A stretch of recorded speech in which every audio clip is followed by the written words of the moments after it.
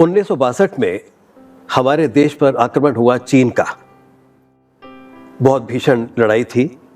उस समय भारत सरकार को आवश्यकता हुई एक ऐसी फोर्स को खड़ा करने की जो बॉर्डर की सिक्योरिटी भी कर सके, गुरिल्ला वॉर में भी एक्सपर्ट हो और सक्षम हो शारीरिक रूप से। तब गठन हुआ 24 अक्टूबर 1962 को इंडो तिब्बतन बॉर्डर पुलिस का। और हम कह सकते हैं इस फोर्स के बारे में कि जवान हिमालय की ऊंची ऊंची चोटियों पर खड़े होते हैं और कुछ यूं कहते हैं कि जाग रहे हम वीर जवान, जाग रहे हम वीर जवान, जियो जियो ऐ हिंदुस्तान। हम प्रभात की नई किरण हैं, हम दिन के आलोक नवल, हम नवीन भारत के सैनिक, धीर वीर गंभीर अचल। हम सैनिक ऊंचे हिमाद्रि के, सुरभि स्वर्ग की लेते हैं। हम हैं शांति दूत धरणी के, छाह सभी को देते हैं। तन मन धन तुझ पे कुर्बान, जियो जियो ऐ हिंदुस्तान। ये बात बिल्कुल मुनासिब है कहनी इंडो तिब्बतन बॉर्डर पुलिस के लिए। हमारा सौभाग्य है आज हम इनके आईजी पुलिस के साथ यहाँ बैठे हैं, श्री ईश्वर सिंह दुहन जी के साथ। आपका हार्दिक स्वागत है। हालांकि आपके प्रांगण में है, हम आपको स्वागत नहीं कर सकते, लेकिन हम गर्व महसूस करते हैं हम आपके बीच में आज यहाँ पर हैं। धन्यवाद राकेश जी। आप आईटीबीपी के बेसिक ट्रेनिंग सेंटर में आए जी, और आज मेरा आप इंटरव्यू ले रहे हैं जी। मेरी 37 ईयर की सर्विस हुई है आईटीबीपी में जी। और मैं 1986 बैच का आईटीबीपी का अधिकारी हूँ जी। और मेरा पहाड़ों की तरफ शुरुआत से ही रुझान था। और जब मैं कॉलेज में पढ़ता था उस टाइम पे मेरे पास एनसीसी था जी। और कॉलेज के दौरान ही मैंने एडवेंचर की तरफ मेरा रुख बढ़ गया था। जी जी। और मैंने माउंट आबू में रॉक क्लाइंबिंग और ट्रैकिंग का कोर्स किया जी। और उसके उपरांत मेरा जो है इसमें एडवेंचर स्पोर्ट्स में जी मेरा रुझान काफ़ी बढ़ गया। जी। जो हमारे पाइनियर एडवेंचर सोसाइटी के जो प्रेसिडेंट थे श्री मगन बिसा जी, वो खुद एक एवरेस्टर थे। वाह। और खुद एक प्रेरणा स्रोत थे। और ये जो पहाड़ हैं ये मुझे बहुत ही लालायित करते थे। और उसके बाद मैं कुरुक्षेत्र यूनिवर्सिटी में आया जी। वहाँ पर मैं जब एमएससी का छात्र था। आपकी शिक्षा है एमएससी? एमएससी जूलॉजी मैंने किया है जी। और एमएससी करने के दौरान ही मेरा रुझान हुआ कि एक ऐसे बल को मैं ज्वाइन करूं जिसमें मैं देश की सेवा भी कर सकूं और अपनी जो हॉबी है उस हॉबी को भी मैं आगे बढ़ा सकूं। कितनी सुंदर बात आपने कही। अक्सर लोग इतनी हाईली क्वालिफाइड होने के बाद आईएएस या कुछ ऐसी सेवा में जाते हैं जहाँ पर थोड़ा विश्राम हो, आराम हो। मेहनत तो उनको भी करनी पड़ती है, लेकिन आपके बल में तो बहुत कहना चाहिए कि दिन रात तपस्या है। हाँ, इसमें कोई दो बात नहीं है, दो राय नहीं है जी। आईटीबीपी की जो नौकरी है वो बहुत कठिन नौकरी है। कठिन नौकरी है। और हमारी जो तैनाती है वो 3488 किलोमीटर का जो एरिया है जी, उसको हम गार्ड करते हैं, बॉर्डर को गार्ड करते हैं, जो कि काराकोरम की पहाड़ियों से शुरू करके जी और अरुणाचल के जचपला तक हम लोग सुरक्षा करते हैं। क्या बात। और इसमें लद्दाख यूनियन टेरिटरी आती है जी, हिमाचल आता है, उत्तराखंड आता है जी, और सिक्किम आता है और अरुणाचल आता है जी। ये हम आईटीबीपी की सुरक्षा अभी हमारी 56 वाहिनियां हैं जी और 7 वाहिनियों का और गठन हो रहा है। तो ये हम 63 वाहिनियों से इस पूरे बॉर्डर की हम सुरक्षा करते हैं जी। और बॉर्डर सिक्योरिटी के अलावा हम लोग इंटरनल सिक्योरिटी की ड्यूटी करते हैं। हमारे अपने कमांडोज हैं जी, जो अत्यंत जो संवेदन वीवीआईपीज हैं जी, उनकी सुरक्षा में हम तैनात हैं जी। उसके अलावा एंटी नक्सलाइट ड्यूटीज के अंदर भी हमारी तैनाती है। हम छत्तीसगढ़ में हम सिक्योरिटी ड्यूटी कर रहे हैं जी, जहाँ हमारी 8 बटालियन वहाँ पर तैनात है जी। और प्राकृतिक जो आपदाएं आती हैं, जैसे अभी फिलहाल भीषण बाढ़ आई है, उसमें भी आपके जवान जान हथेली पे लेकर लोगों की सेवा करते हैं? हाँ बिल्कुल, क्योंकि जैसे आपको विदित है जी, आईटीबीपी का जो डिप्लॉयमेंट है वो अत्यंत दुर्गम क्षेत्र में है। बिल्कुल। वहाँ पर कोई और फोर्स भी नहीं है जी। और आईटीबीपी वहाँ तैनाती होने के नाते जी वहाँ का फर्स्ट रिस्पॉन्डर भी है जी। और हमारे जवानों को हम माउंटेनियरिंग के अलावा जी डिजास्टर मैनेजमेंट की भी ट्रेनिंग देते हैं। वाह। और जिस प्रांगण में आप बैठे हैं जी यहाँ पर भी national institute of training in search rescue and disaster response के नाम का एक संस्थान भी है जी जो कि एक डीआईजी द्वारा हेडेड संस्थान है जी। इसमें हम मैन मेड और नेचुरल डिजास्टर्स जो भी आपदाएं आती हैं जी उनको कैसे निपटा जाए उसकी हम ट्रेनिंग देते हैं। वाह। उसके अलावा जो CBRN इमरजेंसीज हैं जी chemical, biological, nuclear and radiological जो इमरजेंसीज आती हैं जी उसको भी निपटने का तरीका कैसे हो सकता है, कैसे हम डिकंटामिनेशन कर सकते हैं, कैसे हम इन चीज़ों से बचाव कर सकते हैं, वो हम जवानों को इसकी ट्रेनिंग देते हैं। जी। तो आपका जैसे आपने जैसे बताया कि आपको शौक था एडवेंचर्स का और बहुत कम लोगों को ऐसी चीज़ें करने का शौक होता है। अदरवाइज़ मैंने देखा है कि एक बच्चा जो है वो एक साधारण से जीवन जी के निकल जाता है। तो आप तो बहुत से लोगों के लिए प्रेरणा स्रोत हैं कि जीवन में आपका जो पैशन था, जो आपकी हॉबी थी, उसी को आपने अपना प्रोफेशन बनाया। जी। तो एक्सेल कर सकते हैं। जी जी। तो आपने जब कब ज्वाइन किया इसको, फोर्स को? मैंने 30 जून 1986 को इस फोर्स को ज्वाइन किया जी। और मैंने MSc का एग्ज़ाम दिया ही था जी। उसका रिजल्ट मेरे ट्रेनिंग के दौरान हुआ जी। और MSc जो है मैंने बहुत अच्छे मार्क्स से पास की। जी। मेरे पास ऑप्शन था जी प्रोफेसर बनने का लेकिन मैंने चूज किया एक एडवेंचर से भरी हुई देश सेवा में जो तैनात फोर्स है ITBP में जो है आने का। We salute you. बहुत कम लोगों में ये जज्बा होता है। जी। तो ज्वाइन करने के बाद मैंने BSF एकेडमी टेकनपुर में अपनी ट्रेनिंग ली जी। और ट्रेनिंग के उपरांत मेरी पहली तैनाती हिमाचल प्रदेश के सरहान रामपुर भूशहर के पास में एक शहर है जी। शिमला डिस्ट्रिक्ट में जी। वहाँ पर हमारी 6ठी वाहिनी का बटालियन हेडक्वार्टर था। वहाँ पर मुझे एक सपोर्ट कंपनी कमांडर के रूप में तैनाती का मौका मिला जी। और मैं आपको बताना चाहता हूँ कि सबसे पहला जो मुझे टास्क मिला जी बॉर्डर एरिया सर्विलेंस का जी, वो सर्दी में मिला। अच्छा। तो जब हम लोग पैदल चल के अपने रुकशक लेके अपनी पूरी पेट्रोल पार्टी लेके गए अपने कम्युनिकेशन इक्विपमेंट्स के साथ में जी, और एक पोस्ट के ऊपर हम सोए तो सुबह मेरे को जवान ने जगाया कि सर ये दरवाज़ा नहीं खुलेगा अभी। अच्छा। इसमें काफ़ी टाइम लगेगा क्योंकि बर्फ़ जो है 6-6 फुट बर्फ़ गिर चुकी है। ओहो, अच्छा। और अब आगे आप पेट्रोल का प्रोग्राम बताइए। जी। तो अब जज्बा था जी, और हम लोग अपने आप को हिमवीर कहते हैं जी। तो बर्फ़ जो है हमारे लिए बाधा नहीं होनी चाहिए। तो मैंने अपने जो पेट्रोल के जो 2IC थे इंस्पेक्टर साहब उनको कहा कि हम कोशिश करेंगे जहाँ तक हम जा सकते हैं। और फिर 6 फुट बर्फ़ में हम पहाड़ों के सफ़र को तय करते हुए अगली पोस्ट पे गए जहाँ हमारी एक पोस्ट थी जिसका नाम चारंग पोस्ट था जी।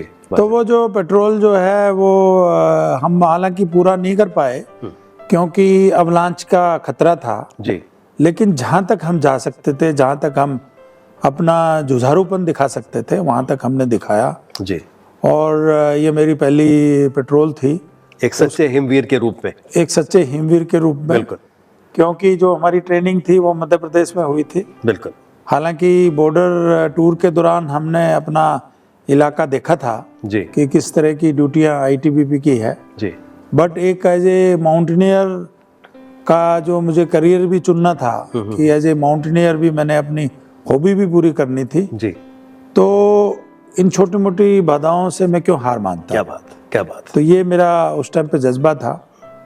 और उसके बाद गर्मी में हमारी एक पोस्ट जो है वो खुल नहीं रही थी जी। उसके 2 रास्ते थे। एक रास्ते में 18,000 फीट से ऊपर का पास था जी, जिसको गंगटंग ला बोलते थे जी। और हमारी एक पोस्ट थी गंगटंग ब्रालम जो कि 17,000 फुट से ज़्यादा हाइट की पोस्ट थी और वो सीजनल पोस्ट थी। सिर्फ गर्मियों में खुलती थी जी। और जुलाई का माह आ चुका था और ये पोस्ट हम खोल नहीं पा रहे थे। अच्छा। क्योंकि पास के ऊपर बहुत ज़्यादा बर्फ थी और अवलांच प्रोन एरिया था जी। तो मुझे टास्क दिया गया कि आप इस पोस्ट को, जो दूसरा रास्ता है उस रास्ते से आके हम इस पोस्ट को खोलें। अच्छा। तो मैं पेट्रोल लेके गया, वो रास्ता इतना दुर्गम था और कुछ देरी के बाद में हमारे पास एक शेयर रोकफॉल आ गया। अच्छा। मैंने माउंटेनियरिंग कोर्स इससे पहले कर लिया था जी। और माउंटेनियरिंग में पूरी तरह से मैं दक्ष हो चुका था। क्या बात। लेकिन मेरे साथ में जो जवान थे और जो पोर्टर्स थे वो उसमें दक्ष नहीं थे, तो उन्होंने कहा कि सर अब आगे नहीं जा पाएंगे जी। तो मैंने कहा कि रस्सा हमारे पास है, आपको मैं पिगी बैग लेके और मैं नीचे उतारता हूँ और फिर हम रस्सा लगा लेंगे, फिर सब जवान आराम से उतर पाएंगे। क्या बात। तो इस जज्बे के साथ फिर उसके बाद नाला आया, उस नाले में पानी के अंदर से हम गए और कुछ दूरी के बाद देखते हैं कि कोई पुल नहीं है, सिर्फ एक स्नो ब्रिज है। अच्छा। अब बर्फ ज्यादा गिर जाती है तो बर्फ जो है नदी के ऊपर अपना पुल बना लेती है। बिल्कुल। नीचे से पानी बहता है, ऊपर पुल होता है जी। लेकिन उस पुल को पार करने में बहुत रिस्क होता है, कहीं टूट ना जाए। बिल्कुल बिल्कुल। तो उसके लिए फिर वही बात थी कि कौन आगे जाएगा। तो मैंने एक जो बिल्कुल लाइट वेट का एक पोर्टर था, मैंने कहा बेटे तुम जाओ। तो वो बहुत ज्यादा डरा हुआ था, बोला नहीं सर मैं गिर जाऊंगा, कभी मैंने किया नहीं जी। ऐसे। तो फिर मुझे ही जाना पड़ा, मेरा भी ज्यादा वजन नहीं था उस टाइम पे, 65 किलो मेरा वजन था जी। तो मैंने अपना रस्सा लगाया और रस्से के सहारे मैं गया, आगे जाके रोप इन किया और जवानों को कहा कि कैराबिनर लगा के इसको क्रॉस करो। क्या बात। तो इस तरह की बाधाएं आई हमारे, लेकिन हम लोग वो पासिस को भी, इंटरनल पासिस को भी क्रॉस करके और ये रास्ता खोलने में हम कामयाब हो गए। और वो क्यों हो पाए? क्योंकि नेतृत्व कुशल था, आपने माउंटेनियरिंग का कोर्स किया हुआ था और आपने नेतृत्व किया आगे रहकर, बहुत बड़ी बात है। ये था कि कोई चीज़ जो अगर हमें हमारे कमांडर्स ने कोई ड्यूटी हमें दी है जी, उस ड्यूटी को हमने पूरा कोशिश करना है 100%। जज्बा। हालांकि रिस्क नहीं होना चाहिए जी। 100% कोशिश करें कि इसको हम जो है वो पूर्ण करें अपना इस ड्यूटी को, और उस टास्क को पूरा करके जो संतुष्टि मिली जी हमारे जवानों में भी, जो उनका मोराल जो अप हुआ बिल्कुल कि हम कोई भी काम को बगैर किसी बाधा के हम क्रॉस कर सकते हैं जी, सिर्फ हमारे में एक जज्बा होना चाहिए। तो वो प्रयास से मैं याद करता हूँ अपने बिगिनिंग के, ये बात है 1988 की जी। तो उस पोस्टिंग के बाद में हमारी आईटीबीपी को कलर प्रेजेंटेशन हुआ।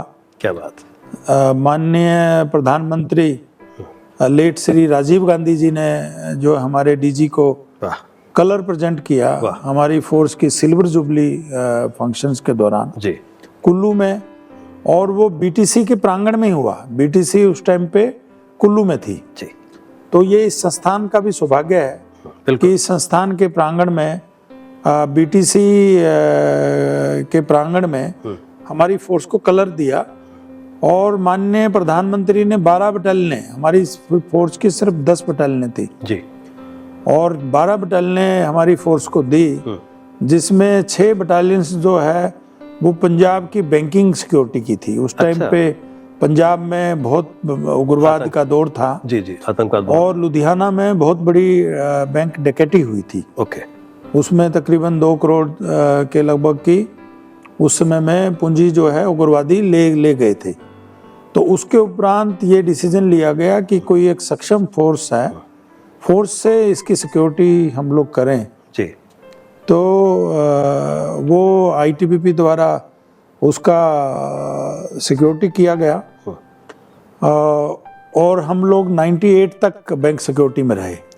तो ये बटालियन की जो 12 बटालियन की रेजिंग भी कुल्लू में अनाउंसमेंट हुआ, और उस रेजिंग में जब हमारी फोर्स की गठन हुआ तो यंग ऑफिसर्स की रिक्वायरमेंट थी, और उस टाइम पे फोर्स में यंग ऑफिसर्स कम थे, और मुझे फिर सिलेक्ट किया गया फोर्स को ट्रेनिंग देने के लिए, जिसमें हमारी करेरा में जब ये बीटीसी जहाँ बीटीसी शुरुआत में रेज हुई थी, उस लोकेशन में हम लोगों ने हमारी 1 बटालियन की ट्रेनिंग चल रही थी।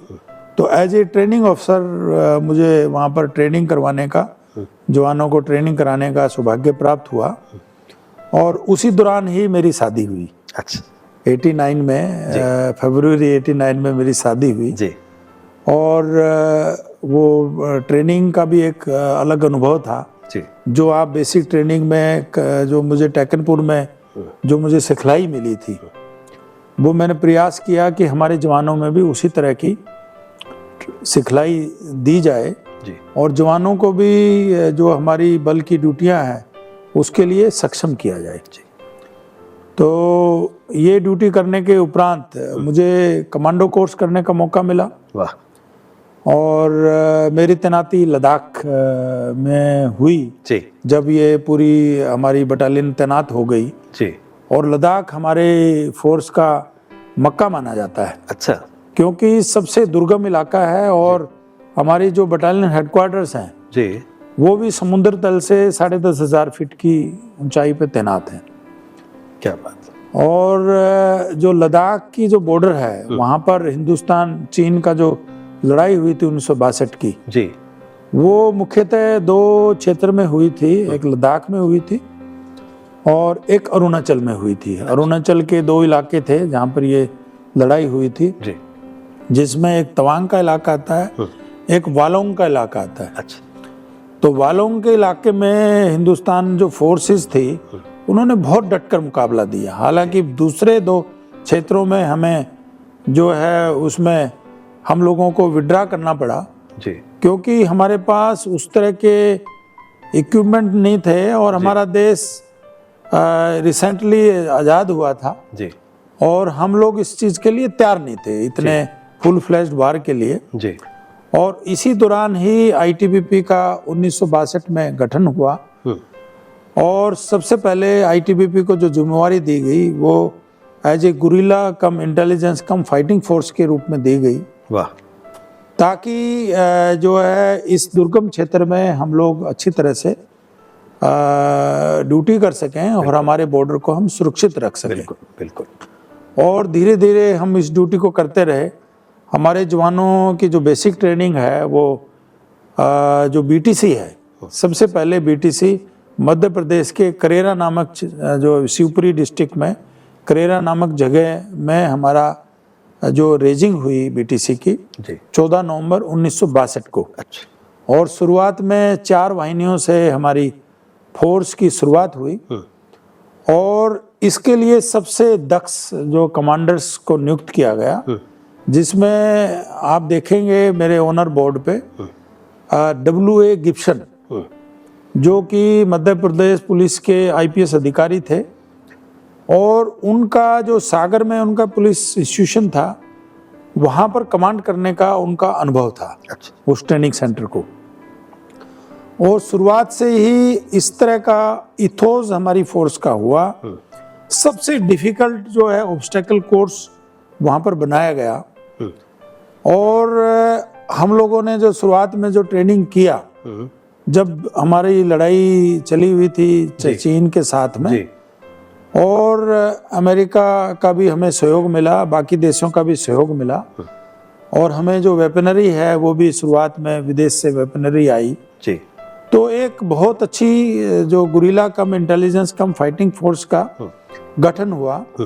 इसमें 44 वीक की जवानों को ट्रेनिंग दी जाती थी। अच्छा। उसके उपरांत जो है इसका एडवांस कोर्स 12 हफ्ते का होता था। अच्छा। और इसमें जो हमारी जो बटालियनें थी, शुरुआत की जो 4 बटालियनें थी, वो पूरी तरह से सक्षम थी किसी भी तरह की किसी भी कार्य को करने के लिए। जी।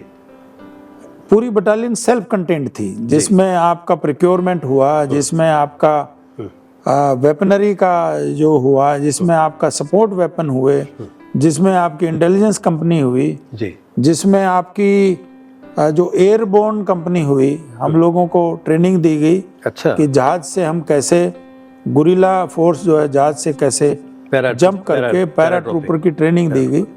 और एक कंपनी हमारी इंटेलिजेंस कंपनी होती थी जिसको इंटेलिजेंस में पूरी दक्ष किया जाता था जी। और बाकी कंपनियां हमारी गुरिल्ला फोर्स के रूप में, अच्छा, जो गुरिल्ला फोर्स का क्या काम, जो नॉन कन्वेंशनल रोल था वो हमें दिया गया जी। गुरिल्ला फोर्स में गुरिल्ला फोर्स का ये काम था कि आप किसी भी इलाके में, जो कि अगर दुश्मन द्वारा कैप्चर भी कर लिया जाता है जी, उस इलाके में आप जाके उस इलाके को दोबारा से कैसे हम गेन कर सकते हैं। क्या बात, क्या बात, वो ट्रेनिंग हमें दी गई जी। तो गुरिल्ला एक ऐसा सैनिक होता है जो किसी इलाके में थोड़ी देर के लिए ठहरता है, अपना खाना बनाता है, अपनी कार्रवाई करता है और उस इलाके को पूरा छोड़ के फिर दूसरी जगह चला जाता है। और वो दक्ष होता है एक्सप्लोजिव में, वो दक्ष होता है आपके कोई भी ऑपरेशंस करने में जी, ताकि जो है वो जल्दी से जल्दी अपना ऑपरेशन करके और दूसरी जगह चला जा सके, जान जोखिम में डाल के। और जान जोखिम में करता हूँ कि कितना रिस्क है, कितना जोखिम है, कितना कठिन काम है। शायद आप लोगों के लिए किसी शायर ने कहा था कि कभी महक की तरह हम गुलों से उड़ते हैं, कभी बादलों की तरह पर्वतों से उड़ते हैं। कोई मुश्किल हमें उड़ने से क्या रोकेगी कि हम परों से नहीं हौसलों से उड़ते हैं।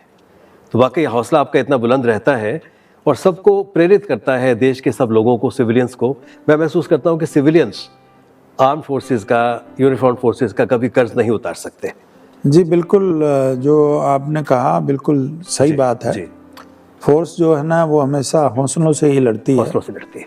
और चाहे वो ITBP हो, चाहे इंडियन आर्मी हो जी, जी, चाहे कोई अन्य बल हो, बिल्कुल बिल्कुल, वो अगर हौसला किसी का बुलंद होगा जी, तो कोई भी टास्क आपको दिया जाए जी, उस टास्क को आप सक्षमता से जो है वो कर सकते हैं जी।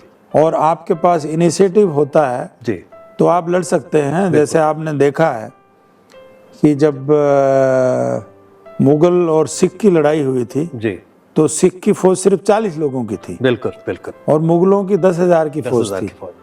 तो वो उन 40 लोगों ने मुगलों के दांत खट्टे कर दिए थे। तो ये डिपेंड करता है कि आपकी फोर्स कितनी दक्ष है, बिल्कुल, बिल्कुल, और उनका मोराल कितना अप है। तो ITBP उसी हिसाब से जो कार्य करती जा रही है जी, और अत्यंत दुर्गम इलाका है। हमारी तैनाती जो है 18,000 फीट से भी ज़्यादा ऊंचाई पर हम लोग तैनात हैं। क्या बात। अभी हमारी सबसे ऊंची जो पोस्ट है वो दोरजिला OP पोस्ट है। अच्छा। जो कि सिक्किम में है जी, 18,500 फीट के लगभग जो है उसकी हाइट है, जहाँ पर जो है आपके सांसों को भी सांस नहीं है, ऑक्सीजन बिल्कुल नहीं है, टेम्परेचर -50 डिग्री तक पहुँच जाता है जी। उसके बावजूद भी जो है हमारी फोर्स का मोराल बहुत अच्छा है। क्या बात। और जैसे मैंने आपको कहा कि जो हमारा जो उत्तर का क्षेत्र है जिसमें लद्दाख यूनियन टेरिटरी आती है, वहाँ पर अभी हमारी फोर्स काफ़ी मात्रा में तैनात है जी। और एक समय था सिर्फ एक वाहिनी वहाँ पर तैनात होती थी, और जैसे जैसे फौज बढ़ती गई और रिक्वायरमेंट बढ़ती गई, सेंसिटिविटी बढ़ती गई जी, तो हमारी फोर्स का एक्सपेंशन होता गया। अभी आपने रिसेंटली देखा है गलवान की घटनाएं हैं जी जी, और अभी हम लोग आईबाल टू आईबाल हमारा डिप्लॉयमेंट है जी, लेकिन हमारे हौसले कम नहीं है। बहुत बड़ी बात। और किसी भी चैलेंजेस को फेस करने के लिए हम तैयार हैं, और हमारा ध्येय यही है कि हमारे देश की 1 इंच जमीन भी जो है हम दुश्मन के क्या बात है जो है में नहीं जाने देंगे जी। ये हमारा हौसला है जी। उसके लिए हम जो है हर तरह की ट्रेनिंग करते हैं जी। ये जो बेसिक ट्रेनिंग सेंटर हैं जो यहाँ पर BTC भानु में जी, जी। इसमें हम जवानों को दक्ष बनाते हैं।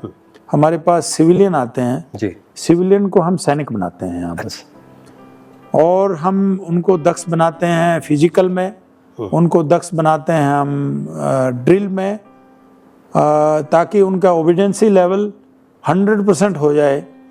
और दक्ष बनाते हैं अपनी वेपनरी में, अपनी मैप रीडिंग में, नेविगेशन में, सर्वाइवल स्किल में।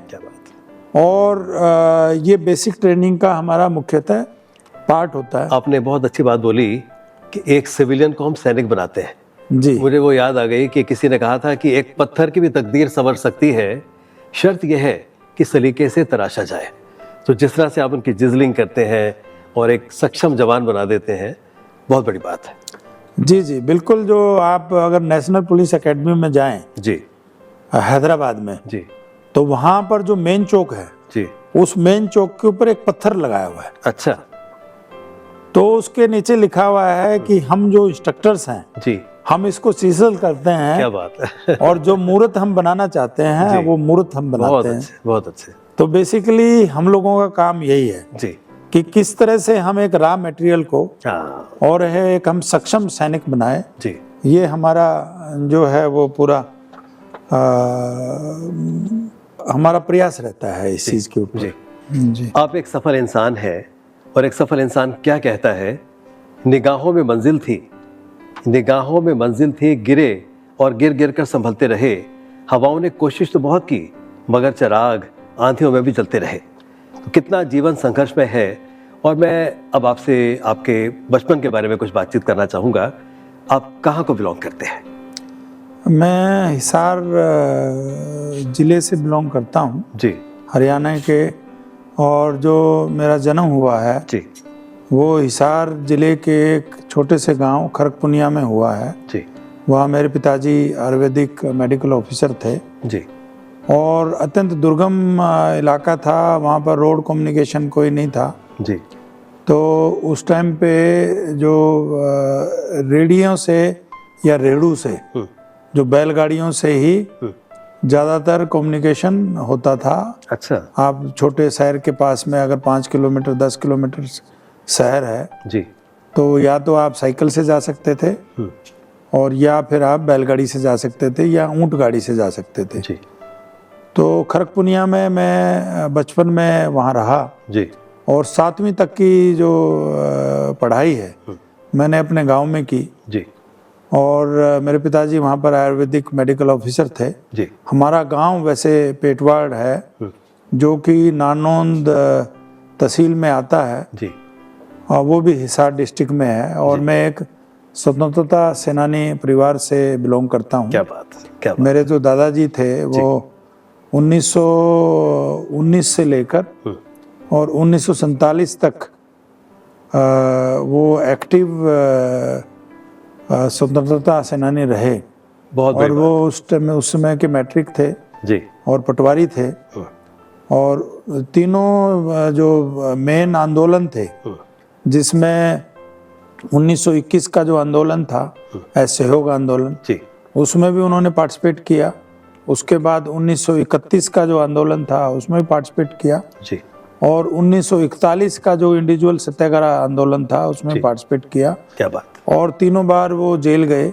जी, और 1947 में जब देश आज़ाद हुआ, जब पार्टीशन चल रहा था और एक फीका परस्ती का माहौल था हिंदुस्तान और मुस्लिम में, हिंदू और मुस्लिम में।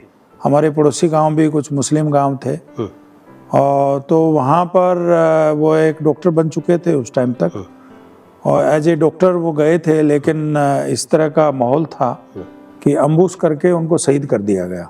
ओहो। तो कांग्रेस के वो अपने तहसील के प्रेसिडेंट होते थे। तो इस तरह के परिवार में जो है मेरा लालन पालन हुआ। बिल्कुल। मेरे पिताजी ने भी बड़ा संघर्षशील वो जीवन देखा है। वो लाहौर में वो पढ़ते थे जब देश आज़ाद हुआ जी। तो उनकी पढ़ाई फिर हिंदुस्तान में जब वो कॉलेजेस आए जी, जब पूर्ण हुई और वो आयुर्वेदिक मेडिकल ऑफिसर बने, पूरे परिवार का दायित्व उनके पास था। उसके बावजूद भी उन्होंने संघर्षशील जीवन व्यतीत करते हुए हम 5 भाई और 1 बहन को पूरा पढ़ाया। क्या बात, बहुत अच्छी तो उस पृष्ठभूमि से मैं हूँ। और उसके उपरांत मैंने एसडी स्कूल जींद से मैंने मैट्रिक किया जी। जो उस समय हरियाणा का एक बेहतरीन स्कूल में उसका नाम आता था। अच्छा। वो हिंदी मीडियम स्कूल था। उसके बाद मेरे पिताजी मुझे डॉक्टर बनाना चाहते थे तो मैंने मेडिकल की पढ़ाई की जी। और उसके उपरांत मैंने बीएससी की। बीएससी करने के बाद एमएससी की कुरुक्षेत्र यूनिवर्सिटी से। और उस दौरान जैसे मैंने आपको बताया कि एडवेंचर के प्रति मेरा रुझान हो चुका था जी।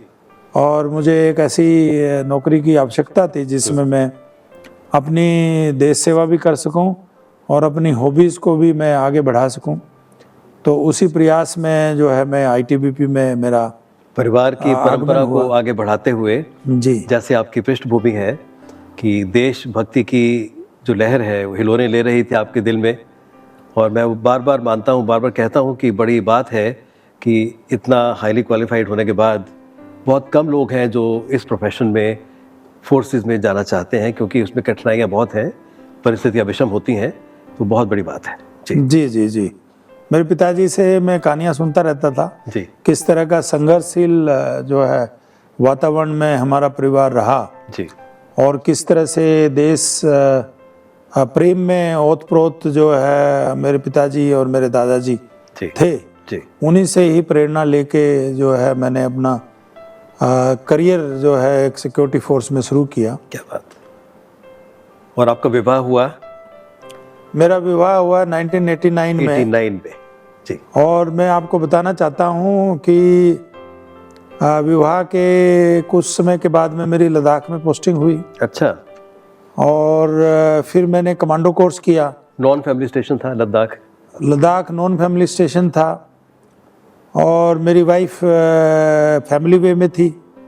और जब मैं कमांडो कोर्स में गया था तो उस समय मेरी वाइफ की प्रेगनेंसी एडवांस स्टेज में थी, लेकिन एक जज्बा था कि कमांडो कोर्स से नाम वापस नहीं लेना है। क्या बात।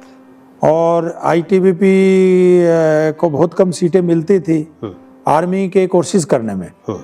तो जो बेलगांव का जो कमांडो कोर्स है वो विश्व का सबसे डिफिकल्ट कमांडो कोर्स और सबसे इनह्यूमन कमांडो कोर्स के रूप में जाना जाता है। अच्छा। जहां बहुत ही कम समय में आपसे बहुत ज़्यादा काम लिया जाता है और सोने का तो आपको मौका मिलता ही नहीं है और सोने का समय ही नहीं मिलता है। अच्छा। सोना तो भूल जाइए उस कोर्स में। उसके बारे में बताइए हमको। उस तो मैं बताना चाहता हूँ उस कोर्स में आप पहले 7 दिन आपको कुछ टाइम 4 घंटे 3 घंटे आपको सोने को मिलता है। अच्छा। और शुरुआत में आपका जो पीठ के ऊपर जो वजन होता है वो 9 किलो होता है। अच्छा।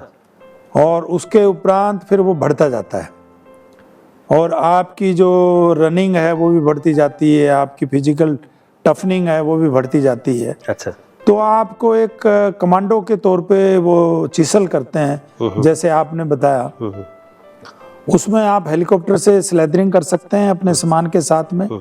किसी भी दुश्मन इलाके में आप अपने पूरे सामान के साथ साजो सामान के साथ 7 दिन तक रहने का बंदोबस्त करके, ताकि आप वहाँ पर अपने दुश्मन के इलाके में कोई भी टारगेट आपको दिया जाता है, कोई ब्रिज दिया जाता है, कोई कम्युनिकेशन टावर दिया जाता है या और भी कोई POL डंप दिया जाता है, उसको आप सक्षमता से उसको उड़ा सकें।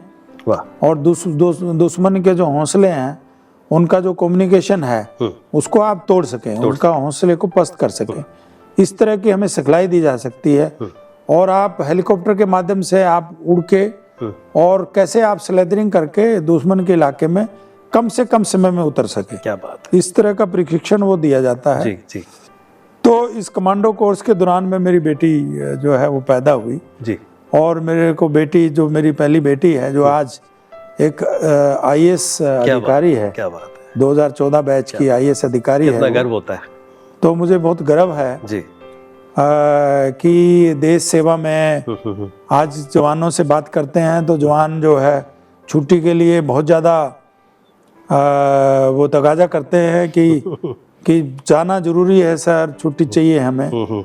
तो एक एग्जाम्पल हम अधिकारी लोग देते हैं जी कि हमारे अपने बच्चे, दूसरी बेटी भी जब मैं नक्सलाइट एरिया में तैनात था उस समय में मेरी दूसरी बेटी पैदा हुई, तो दोनों बेटियों को जो है मैंने जन्म के 20-25 दिन के बाद में देखा। कितना बड़ा एक सेक्रीफाइस है ये।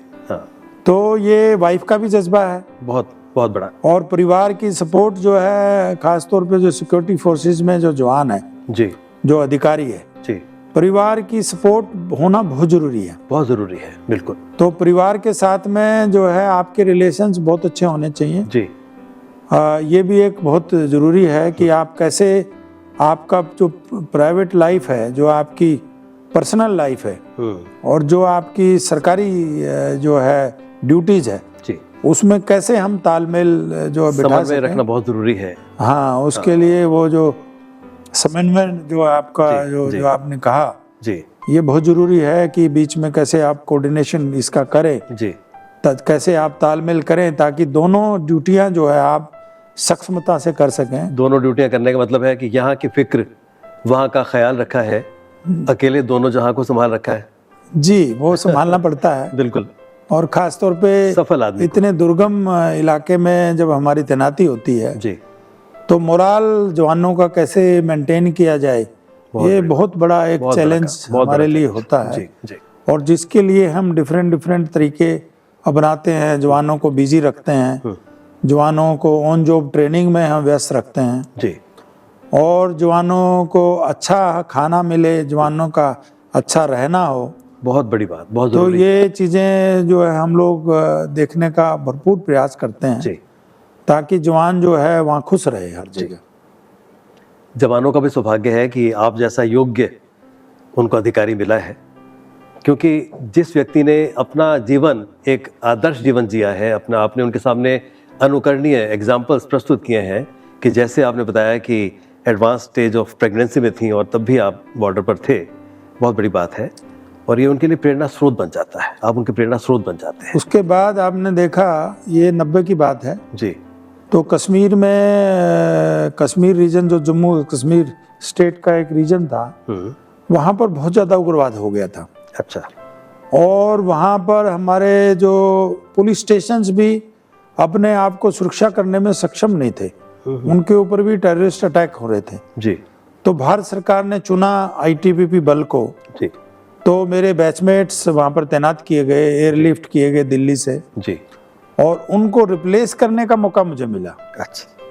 लद्दाख की तैनाती के दौरान ही मेरा जो संलग्नता है, अटैचमेंट है, वो श्रीनगर में हो गया और अप्रैल 2090 से और नवंबर 2090 तक मैंने वो ड्यूटी की वहाँ पर। क्या बात है। और गवर्नर की सिक्योरिटी के अलावा सब तरह की सिक्योरिटी जी, वो हमारे कमांडो बल के पास में थी और उसको हमने बहुत अच्छी तरह से निभाया। जी, जितने भी एडवाइजर्स थे, जिसमें जेएम कुरैशी साहब थे, वेद मारवा थे जो कि दिल्ली पुलिस के कमिश्नर रहे थे, जी, उसके अलावा एक हमीदुल्ला खान थे जो कि एसीएस होम भी रहे थे, ये एडवाइजर थे। उसके बाद में तो जनरल जक्की भी हुए।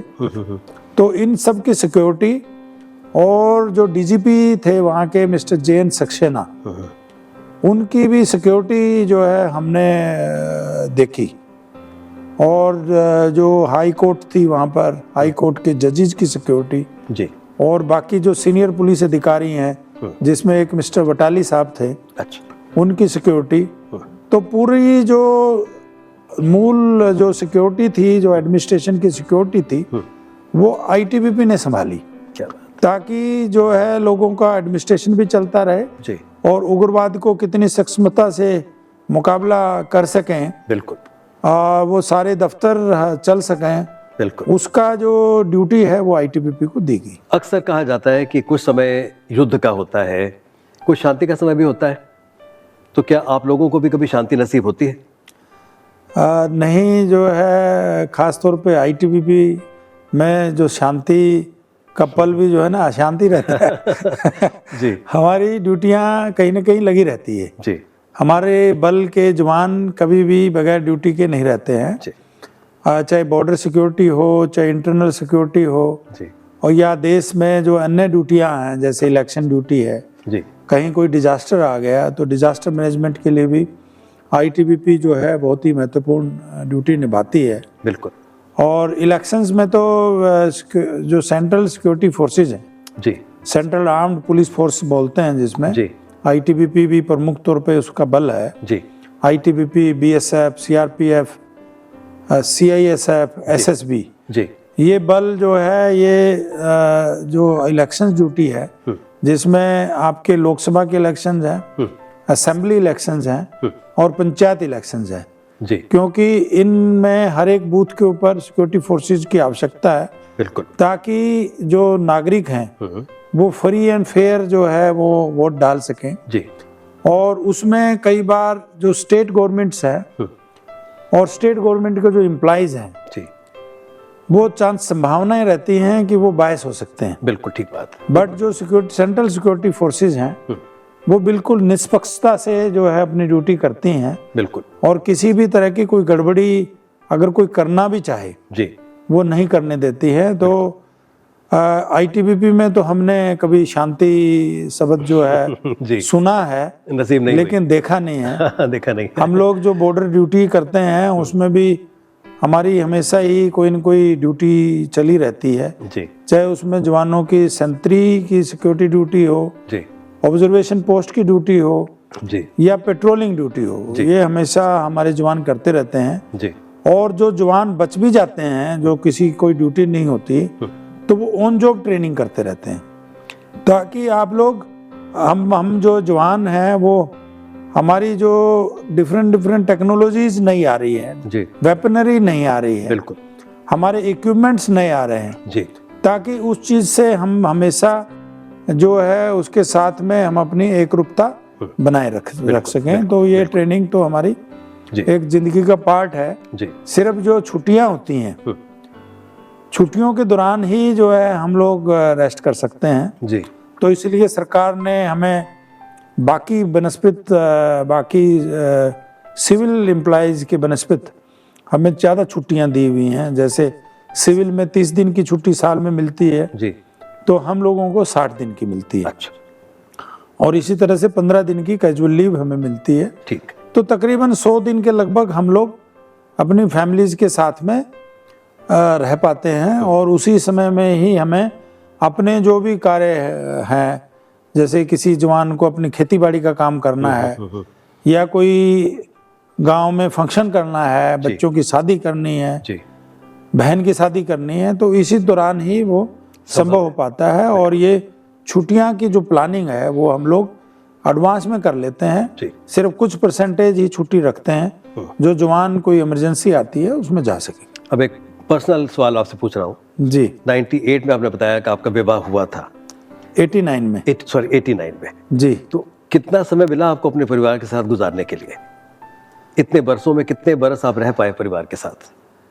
देखिए, परिवार के साथ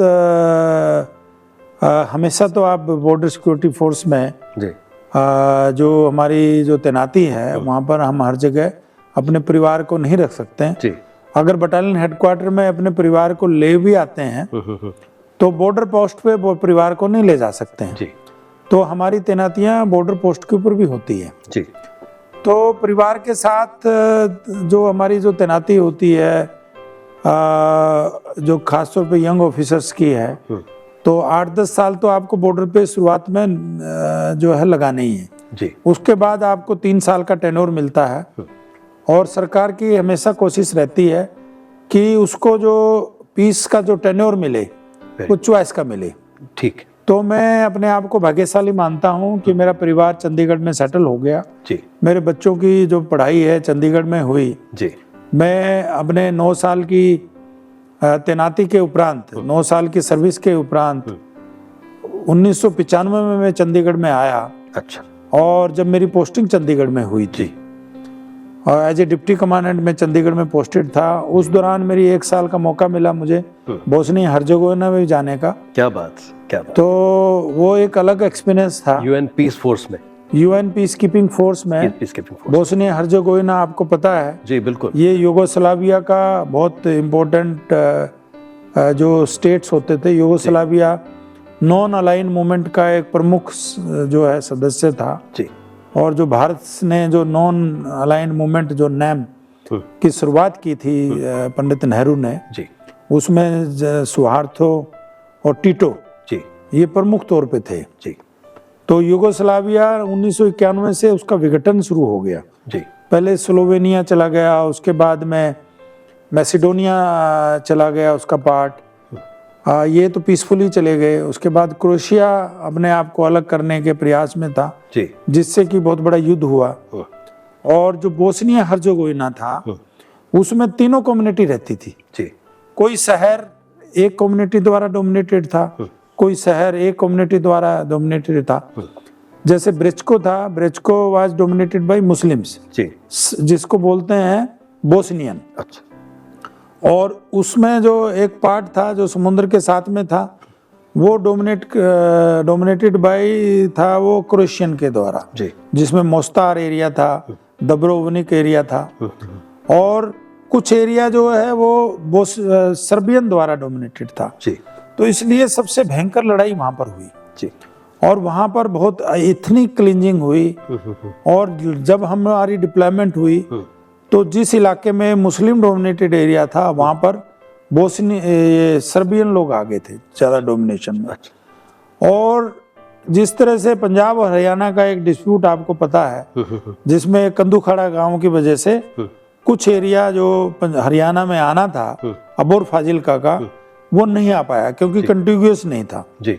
इसी तरह से जो इलाका एक ब्रेचको एरिया था बोस्निया में, बोस्निया हर्जेगोविना में, वो एरिया मुस्लिम डोमिनेटेड था लेकिन वो कनेक्ट करता था सर्बिया के साथ में।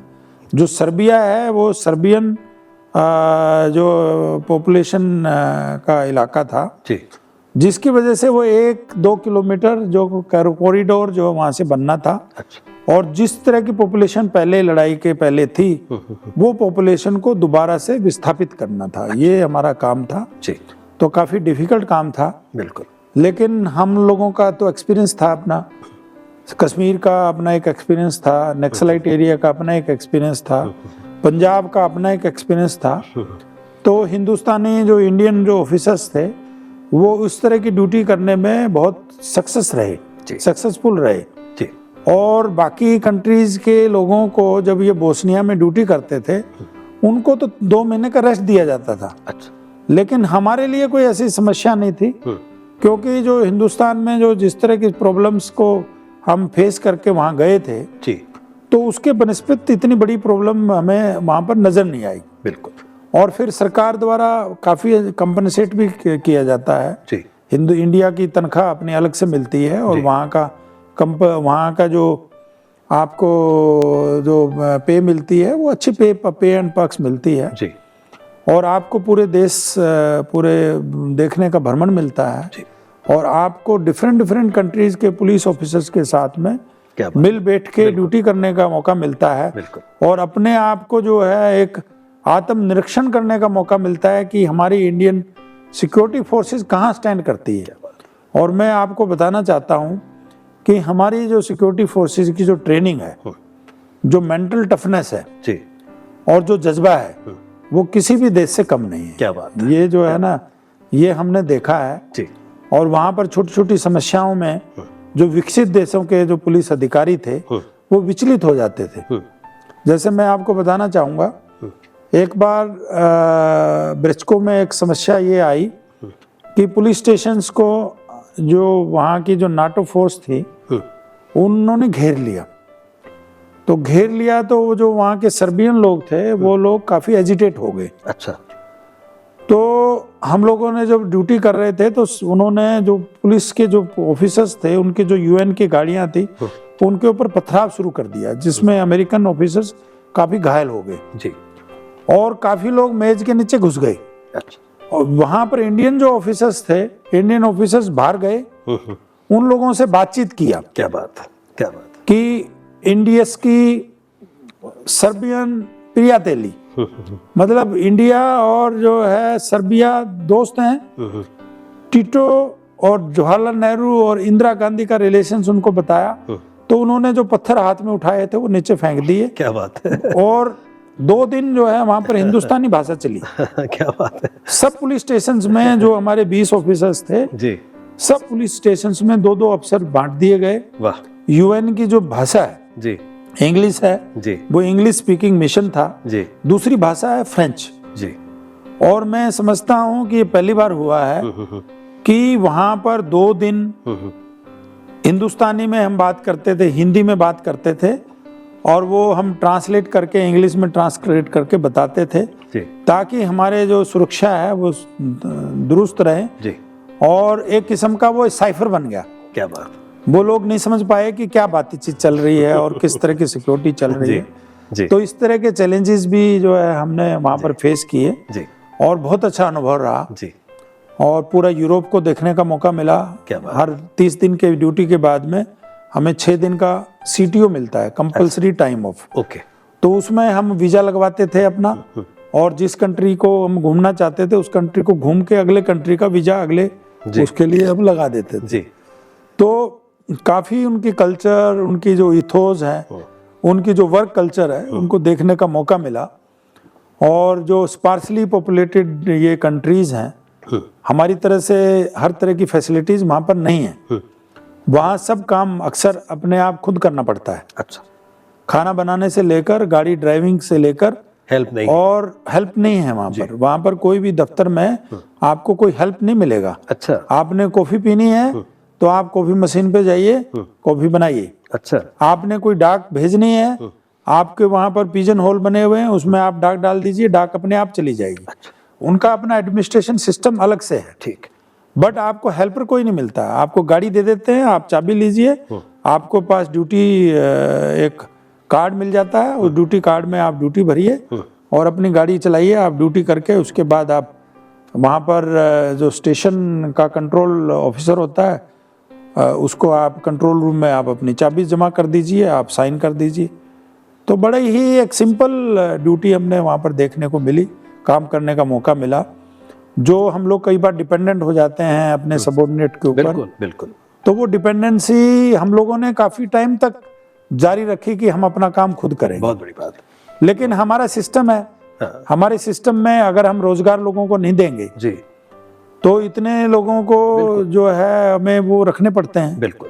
और सब लोगों को रोजगार देना पड़ता है। और ताकि ऑफिसर्स जो है, यहाँ ड्यूटी भी ज़्यादा है, वहाँ ऑफिसर्स को एक ड्यूटी की उसके बाद वो फ्री है। हमारे तो यहाँ पर इस तरह की समस्याएं हैं, इतना डाइवर्स कंट्री है और अधिकारी को इतनी ड्यूटियां करनी पड़ती है, तो जिसके लिए हमको हेल्पर जो है ना एसेंशियल है, रिक्वायरमेंट है। बिल्कुल। और एक रोजगार की भी बात है, तो इसलिए इथोस हमने देखी और उसके मुताबिक हमने अपने आप को ढाला यहाँ पर। कितना बहुमूल्य अनुभव आप लेकर आए हैं। जी जी। और उस अनुभव को आप आगे बांट रहे हैं। ट्रेनिंग सेंटर के आप इंचार्ज हैं जी। जो आपकी ड्यूटी है बहुत कठिन है, कई बार रिस्क बड़ा होता है जीवन को। कभी कोई ऐसे क्षण आए, कोई ऐसे पल आए जबकि आपको लगा कि जान पर बन आई है? हाँ, ये ऐसे बहुत क्षण आते हैं हमारी फोर्सेस में। शेयर कीजिए। हमारे को नेचुरल भी आते हैं जी, जिसमें आप नेचुरल किसी पहाड़ी पे जा रहे हैं, आपका पाँव फिसल गया है, तो आपने कैसे अपने आप को एंकर करना है जी। ये तो अक्सर ये हर जवान को फेस करना पड़ता है जी। उसके अलावा मैं आपको बताना चाहूँगा कि जब हम कश्मीर में ड्यूटी कर रहे थे जी, तो हमारे सामने बम ब्लास्ट होते थे, हमारे सामने ग्रेनेड्स, चाइनीज ग्रेनेड थे, उसके अंदर जो है ये जो साइकिल की छोटी छोटी गोलियां होती हैं वो गोलियां भरी रहती थी, और अगर वो ब्लास्ट हो गया तो वो पूरे शरीर के ऊपर छेद हो जाते थे।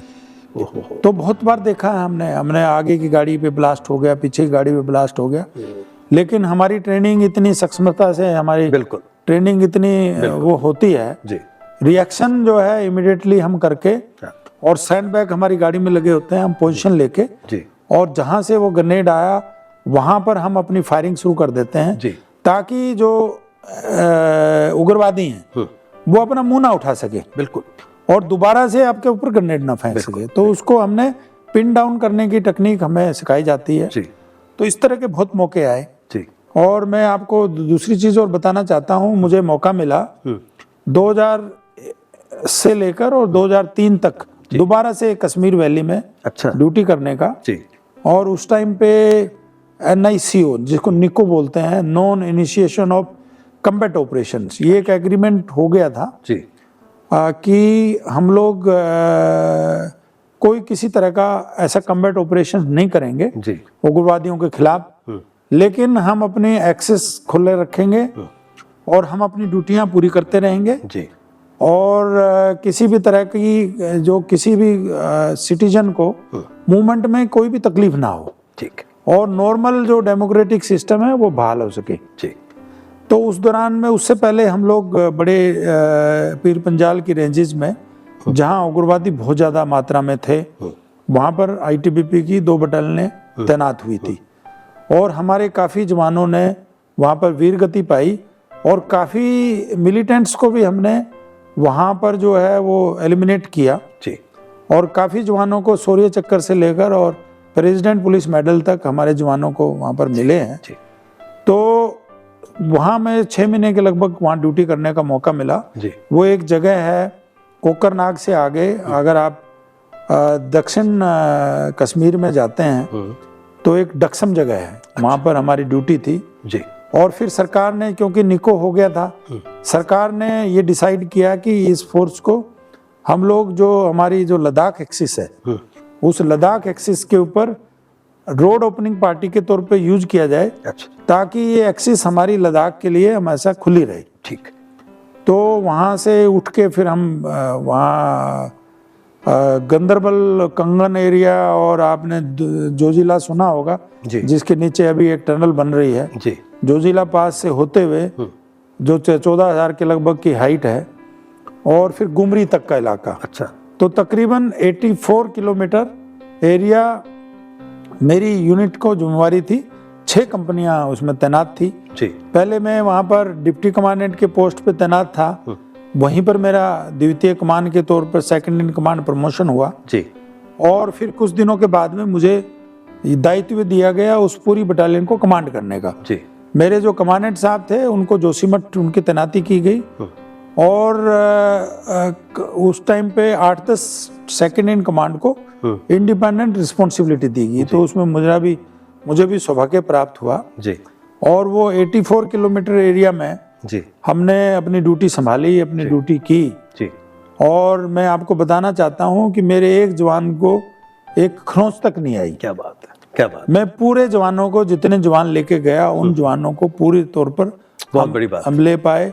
ये संभव हो पाया जब हम लोगों ने वहाँ के लोगों का दिल जीता हमने। जी, जी।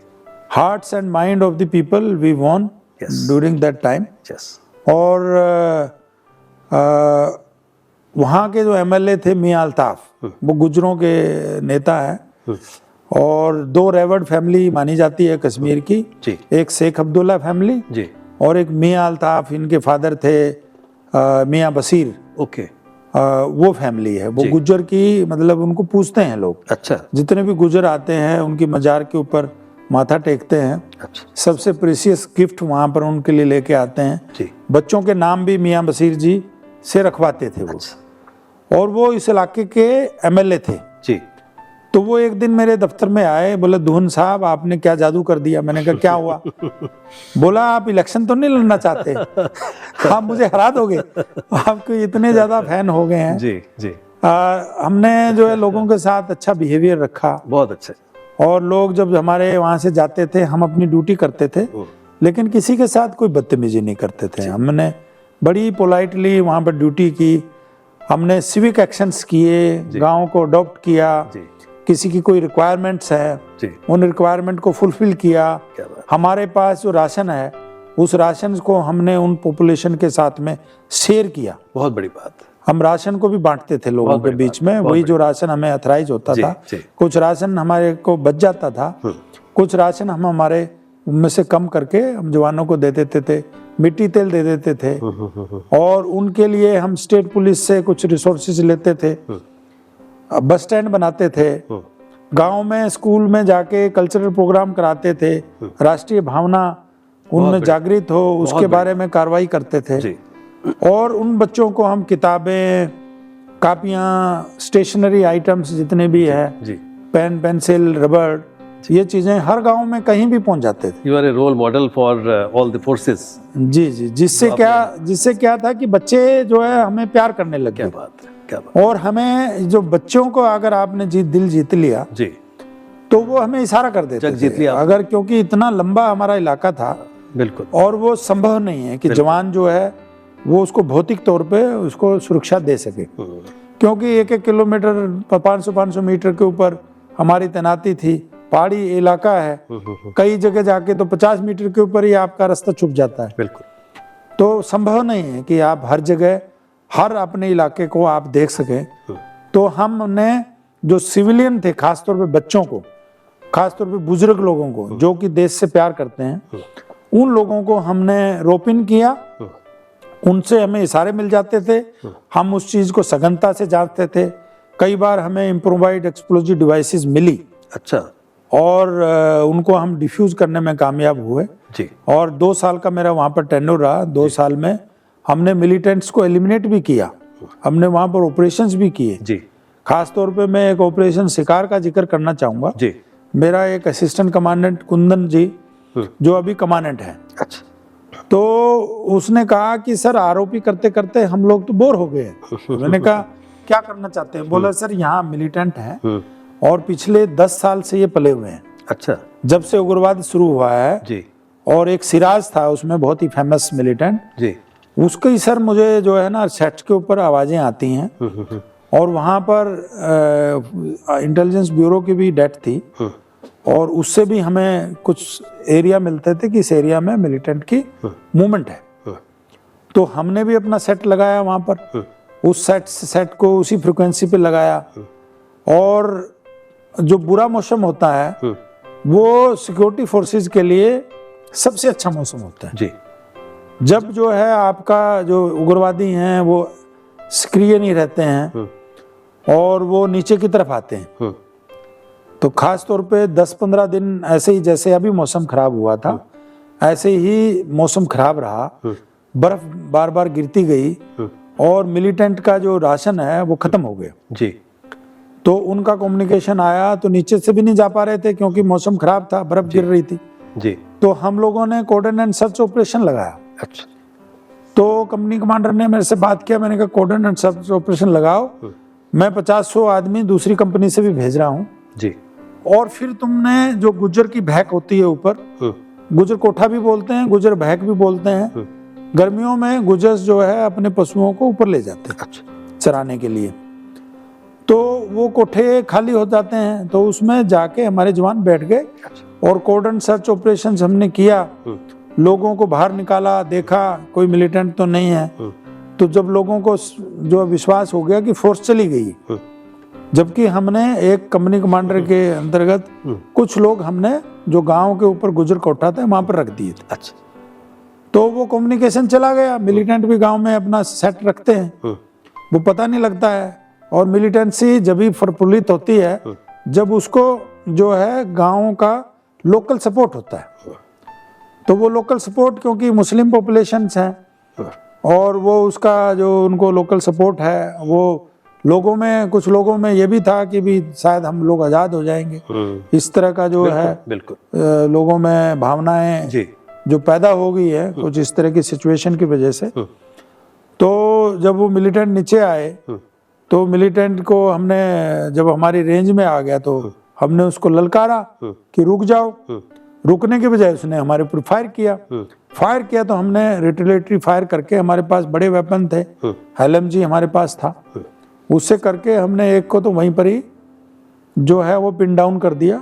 दूसरा मिलिटेंट गोली लगने के बावजूद भी वो कामयाब हो पाया नीचे भागने में और हमने देखा वो नीचे, फिर हमने दूसरी पार्टी भेजी और लकली एक बेंड के ऊपर वो मिल गया और हम लोगों ने एक किस्म का ऐसा इनकाउंटर हुआ, एकदम उसको पकड़ लिया, जकड़ लिया। जब उसके हथियार देखे तो आपको ताजुब होगा, उसके पास इतने हथियार थे जो हमारे कमांडो के पास 23 किलो वजन लेके चलता है उससे कम नहीं था उसका वजन। अच्छा, उसके पास UBGL थी, उसके पास वेपन था, उसके पास ग्रेनेड्स थे, उसके बाद पिस्टल भी था। अच्छा, तो 2 तो उसके पास वेपन हो गए, एक अंडर जो बैरल उसकी जो प्रोजेक्टाइल था उसके पास और 4-6 उसके पास ग्रेनेड्स थे। अच्छा, वो क्योंकि हमने उसको दबोच लिया तो वो अपने यूज नहीं कर पाया। तो कुछ देर के बाद जो है फिर वो उनका पूछताछ किया हमने, कहाँ मिलिटेंट क्या है। तो इस तरह से तो हमारे 3 ऑफिसर्स को और जवान को उसमें गैलेंट्री मेडल मिला। Very good, very good. तो इस तरह के ऑपरेशंस जो है हमारी फोर्स करती है और आसपास अगर कोई कैच मिल जाता है मिलिटेंट का, जैसे इनको मिला, वो एक बोनस था, हमारा बोनस का ड्यूटी था। तो उस दौरान जो पहली जो मेरी कमांड थी as a second in command, वो एक बहुत ही रिफ्रेशिंग कमांड थी और उस टाइम पे वहाँ कोई कम्युनिकेशन का सिस्टम नहीं था। हमारे पास एक सैटेलाइट टेलीफोन था जिसमें हम टाइम बांटते थे कि भी इस टाइम से इस टाइम तक जो है ऑफिसर्स बात करेंगे, इस टाइम से इस टाइम तक एसओज बात करेंगे, इस टाइम से इस टाइम तक जवान बात करेंगे और काफी कॉस्टली कम्युनिकेशन होता था। उसके बाद में तो सरकार ने उसको 1 रुपया पर मिनट कर दिया था जी, लेकिन हमारे टाइम पे 27-28 रुपए पर मिनट जो है हम लोग उसमें बात करते थे, लेकिन घर में बात हो जाती थी। तो इस तरह की ड्यूटियां हमने की। और आपने देखा जोजिला जो टनल है, जोजिला टनल अभी बन रही है, जो जोजिला पास है जी, वो 6 महीने बंद होता था उस टाइम पे। तो काफ़ी डिजास्टर्स का भी वहाँ पर सामना करना पड़ा। और हमने देखा 2001 नवंबर को मैंने वहाँ पर ब्रिगेड कमांडर को कहा कि सर अभी आप ये बंद कर दीजिए। बोले भी एक डिव का सामान दूसरी डिव में गया हुआ है, उस डिव का जो गाड़ियां इस तरफ गई हुई है इनको क्रॉस करना जरूरी है। हमने कहा सर नेचर के आगे कुछ नहीं चलता है, बिल्कुल आप जो है इनको यहाँ चार्ज में ले लीजिए, उनको वहाँ चार्ज में दे दीजिए। अभी आप जो है इसको नेचर के खिलाफ काम ना कर दीजिए। बिल्कुल। लेकिन नहीं माने और वो उन्होंने लगातार उनका आवागमन चलता रहा। अच्छा। तो एक दिन क्या हुआ कि वो सुबह से वो द्रास की तरफ से गाड़ियां आ रही थी और बर्फ जो ना इतनी भयंकर बर्फ गिरने लगी, जैसे अनप्रेसिडेंटेड अभी बरसात हुई है जी। ऐसे ही अनप्रेसिडेंटेड बर्फ गिरी। जैसे दिल्ली में आपने देखा 155 मिलीमीटर जो है वो बरसात होगी, जो पूरे सीजन में 100 mm होती थी। बिल्कुल बिल्कुल। इसी तरह से वहां बर्फ जो है 3 घंटे में वो 6 फुट बर्फ वहां पर हो। Oh my God. अच्छा। और अवलांच आने लग गए वहां पर। 108 गाड़ियां आर्मी की फंस गई वहां पर। तो उनको भी जैसे हमने एवोकेशन किया, मैंने अपना बटालियन हेडक्वार्टर छोड़ा और वहां पर एक आर्मी का हौज है, हाई एल्टीट्यूड वारफेयर स्कूल, वो भी बंद हो जाता है सर्दियों में। अच्छा। उसमें एक गोरखा रहता है जो कि वो एज ए चौकीदार रहता है। अच्छा। तो बात करके हमने गोरखा से खुलवाया कि यहाँ पर हम कंट्रोल रूम बनाएंगे, यहाँ पर हम बर्फ को साफ करके हेलीपैड बनाएंगे, ताकि जो हेलीकॉप्टर जब भी मौसम साफ होगा तो लोग जो फंसे हुए हैं उन लोगों को हम निकाल लेंगे जी। और वहाँ पर जो पोस्ट पे ऊपर हम राशन को डंप रखते हैं 2-3 महीने का। कहीं किसी तरह की इवेंचुअलिटी होती है जी, कहीं रोड कम्युनिकेशन बंद हो जाता है, ताकि हमारे जवानों को एक इमरजेंसी सिचुएशन ना हो। बिल्कुल बिल्कुल। तो राशन जो है हमारे पास सफिशिएंट 2 महीने का था, उसको हम राशनिंग करके उनको जो 108 गाड़ियों में और सिविलियन लोग थे तकरीबन 400-500 लोगों को हमने 2-3 दिन खाना खिलाया। हमने कहा चावल दाल खिला दो सिर्फ ताकि आदमी सरवाइव हो सके। जी जी, बहुत बड़ी बात। तो इस तरह के ऑपरेशंस भी हमने किए, गाँव को भी हमने एवोक्यूएट किया और उसी सैटेलाइट टेलीफोन से हम सब पूरे जो है हमारे कंट्रोल रूम को, हेडक्वार्टर को, दूरदर्शन भी आया उसके बाद में। अच्छा। दूरदर्शन भी उसको कवरेज करने के लिए आया जी। तो इस तरह का जो है चैलेंजेस जो है आईटीबीपी को बार बार फेस करने पड़ते हैं। बिल्कुल, बहुत। और हम लोगों की ट्रेनिंग इस तरह की है, मेंटल टफनेस इस तरह की है जी। अपने कंफर्ट्स को जो है हम लोग इग्नोर करते हुए, क्या बात। जो हमारे पास तो फिर भी क्लोथिंग्स हैं, हमारे पास ट्रेनिंग है जी। जो सिविलियन है वो तो थोड़ी सी समस्या देख के ही हताश हो जाता है बिल्कुल ठीक, कि मेरा क्या होगा, बिल्कुल, बिल्कुल। मेरा सामान को कौन देखेगा जी जी, मेरे पशुओं को कौन देखेगा। वो ये नहीं सोचता कि तुम अपनी जान बचा लो। वो अब तो उनको भी निकालना पड़ता है, आपको कई बार धक्के से निकालना पड़ता है कि ये सामान देखा जाएगा, बिल्कुल, सामान का कंपनसेशन भी सरकार से मिल जाएगा, पहले आप निकलो, पहले अपनी जान की सुरक्षा करें। बिल्कुल बिल्कुल। तो इस तरह के हमने सोनामर्ग एरिया में गांव है, एक गांव का नाम मुझे अभी नाम याद आ रहा है, सरबल गांव है। अच्छा। सरबल गांव को पूरे को हमने एवोक्यूएट किया, फिर उसको पशुओं को हमने गाड़ियों में लोड करके पशुओं को भी लाए। अच्छा। क्योंकि लोग प्रेडिक्ट करते हैं कि बर्फ इस टाइम गिरेगी जब हम नीचे आएंगे, और कई बार जो है मौसम को आप प्रेडिक्ट नहीं कर सकते, वेस्टर्न डिस्टर्बेंसेस आ जाती है, बर्फ पहले गिर जाती है। कई लोग सोचते हैं कि ये फसल मैंने बोई हुई है, इसको काट के मैं आऊं, इसको निकाल के मैं आऊं, और मौसम जो है अपना दूसरी जो है रूप ले लेता है जी। तो इस तरह से डिजास्टर्स में भी आईटीबीपी ने बहुत बड़ा, खास तौर पे जो हाई एल्टीट्यूड माउंटेन्स हैं वहां पर तो बहुत ही एक्टिव रोल प्ले किया है। आपने देखा है जी। 91 में जो उत्तरकाशी में जो भूकंप आया था उसमें आईटीबीपी फर्स्ट रिस्पॉन्डर रही। क्या बात। फिर 98 में जो चमोली में भूकंप आया उसमें हम फर्स्ट रिस्पॉन्डर रहे जी। 2015 में कितनी बड़ी त्रासदी हुई जी, जो कि हेमकुंड साहब एरिया में, बद्रीनाथ एरिया में, बिल्कुल, बिल्कुल, जोशीमठ एरिया में और केदारनाथ में जो इतनी बड़ी त्रासदी हुई थी, जिसमें हेलीकॉप्टर में हमारे भी और एनडीआरएफ के जवान भी आईटीबीपी के ही जवान थे। तो 20 के लगभग जो है जवान उसमें शहीद हुए थे। वो हेलीकॉप्टर जो है वो जबकि V5 हेलीकॉप्टर था, अभी हाई टेक्निक थी उसके पास में, बट मौसम का कोई मुकाबला नहीं कर सकता है। और पहाड़ी इलाके में अगर आपको थोड़ी सी भी 1 सेकंड की भी चूक होगी तो हेलीकॉप्टर कहीं का कहीं चला जाता है। ठीक बात। तो इस तरह की भी सिचुएशंस का सामना आईटीबीपी को करना पड़ा है, बट जो भी सरकार की अपेक्षाएं हमारे बल से रही है उस अपेक्षाओं के अनुरूप हम ट्रेनिंग देते हैं, जवानों को सक्षम बनाते हैं और उन अपेक्षाओं के अनुरूप हम ड्यूटी करने का हमेशा प्रयास करते हैं। बहुत से आपके बल के लोग शहीद हो जाते हैं, तो उनके परिवारों की देखरेख के लिए क्या सुविधाएं प्रदान की जाती हैं आपके द्वारा और सरकार के द्वारा? सरकार के द्वारा बहुत ख्याल रखा जाता है परिवारों का। उनके बच्चों को, उनकी पत्नी को नौकरी भी दी जाती है। अच्छा। और काफ़ी अच्छा फाइनेंशियल जो है मदद मिलती है जी।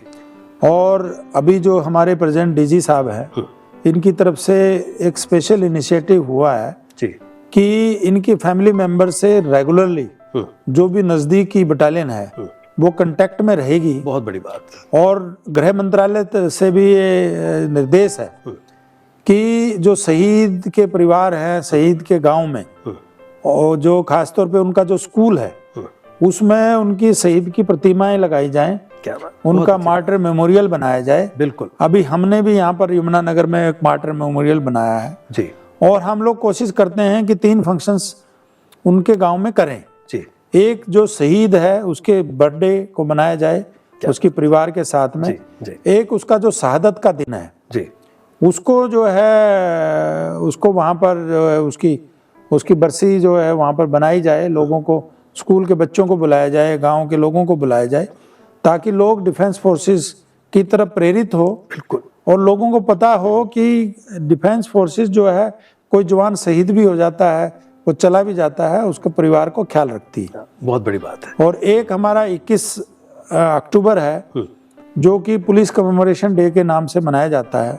अच्छा। आपको पता है 1959 में जी सीआरपीएफ के जो 11 जवान काराकोरम ये हॉट स्प्रिंग एरिया में शहीद हुए थे जी। तो उस शहादत को मनाने के लिए, उस शहादत को जो है याद रखने के लिए जी 21 अक्टूबर को जो शहादत दिवस मनाया जाता है, जिसमें जितने भी जवान सीएपीएफ के या पुलिस फोर्सेस के जो शहीद होते हैं उसका जो कमेमोरेशन डे मनाया जाता है, उनके नाम बोले जाते हैं उसमें में, उनको याद किया जाता है। और दिल्ली में इसका प्रमुख तौर पे पुलिस कमेमोरेशन डे मनता है जिसमें होम मिनिस्टर आते हैं, और एक पुलिस मेमोरियल भी बनाया हुआ है चाणक्यपुरी में जो कि वर्तमान सरकार ने बनाया है। तो वहाँ पर बहुत बड़ा फंक्शन इसमें आयोजित किया जाता है और शहीद के परिवारों को भी बुलाया जाता है, जिनके नाम वहाँ पर जो पट्टिकाएँ हैं उनके ऊपर लिखा गया है, उनको पुष्पांजलि दी जाती है शहीद के परिवार की तरफ से। तो शहीदों को बहुत जो है गरिमा से देखा जाता है और उनका ख्याल रखा जाता है। बहुत जरूरी। अब देखें, जैसे आप लोग तो आगे बढ़कर देश की सेवा करते हैं, विषम परिस्थितियों का सामना करते हैं, आपके परिवार भी उतने ही बहादुर होते हैं।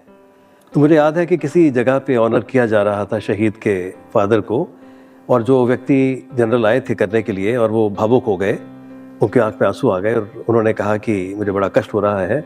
और शहीद के पिता ने कहा कि वो मरा थोड़ी है, वो तो अमर हो गया।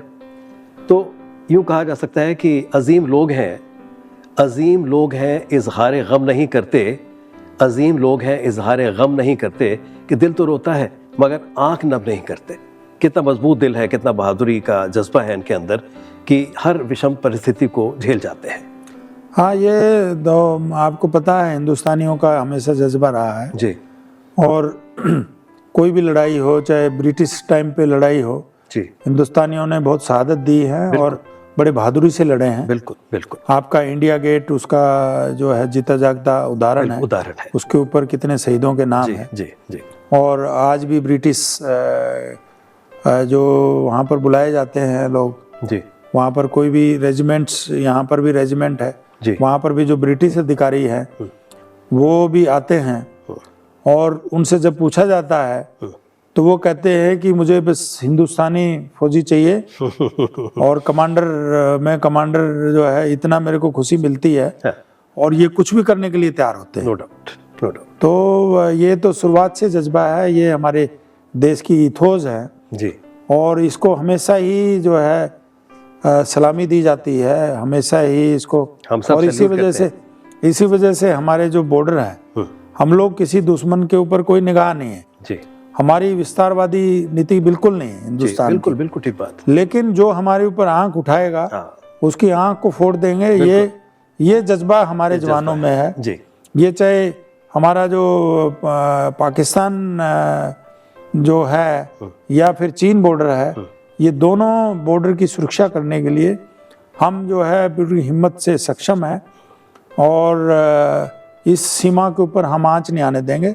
और भारत सरकार की तरफ से भी पूरा प्रयास रहता है कि जवानों को हर तरह की सुविधा मिले जी। हमारा बॉर्डर में जैसे पाकिस्तान और बांग्लादेश बॉर्डर के ऊपर हमने फेंसिंग लगाई है और यही प्रयास है कि जो हमारी जो नॉर्दर्न बाउंड्री है चीन के साथ में जी। या म्यांमार के साथ में जी। वो पूरी बाउंड्री जो है ये जो है डिमार्केट हो जाए। क्या बात। म्यांमार बॉर्डर तो डिमार्केट हो गया है जी। लेकिन अत्यंत दुर्गम है, उसकी पूरी तरह से सुरक्षा शायद संभव नहीं है और नहीं हो पा रही है, उसके लिए अलग से विचार चल रहा है। बट जो चीन की सीमाएं हैं इसके ऊपर पूरी निगाह है। अभी तो जो इंफ्रास्ट्रक्चर्स के ऊपर भी काफी काम हो रहा है जी। काफी रोड्स बन रहे हैं। वाह। जब मैं देखता हूँ 89 में जो हमारा रोड का इंफ्रास्ट्रक्चर था और अब मैं देखता हूँ जहाँ हमें 30 दिन लग जाते थे पहुंचने में, आज हम सेम डे पहुंच जाते हैं। क्या बात।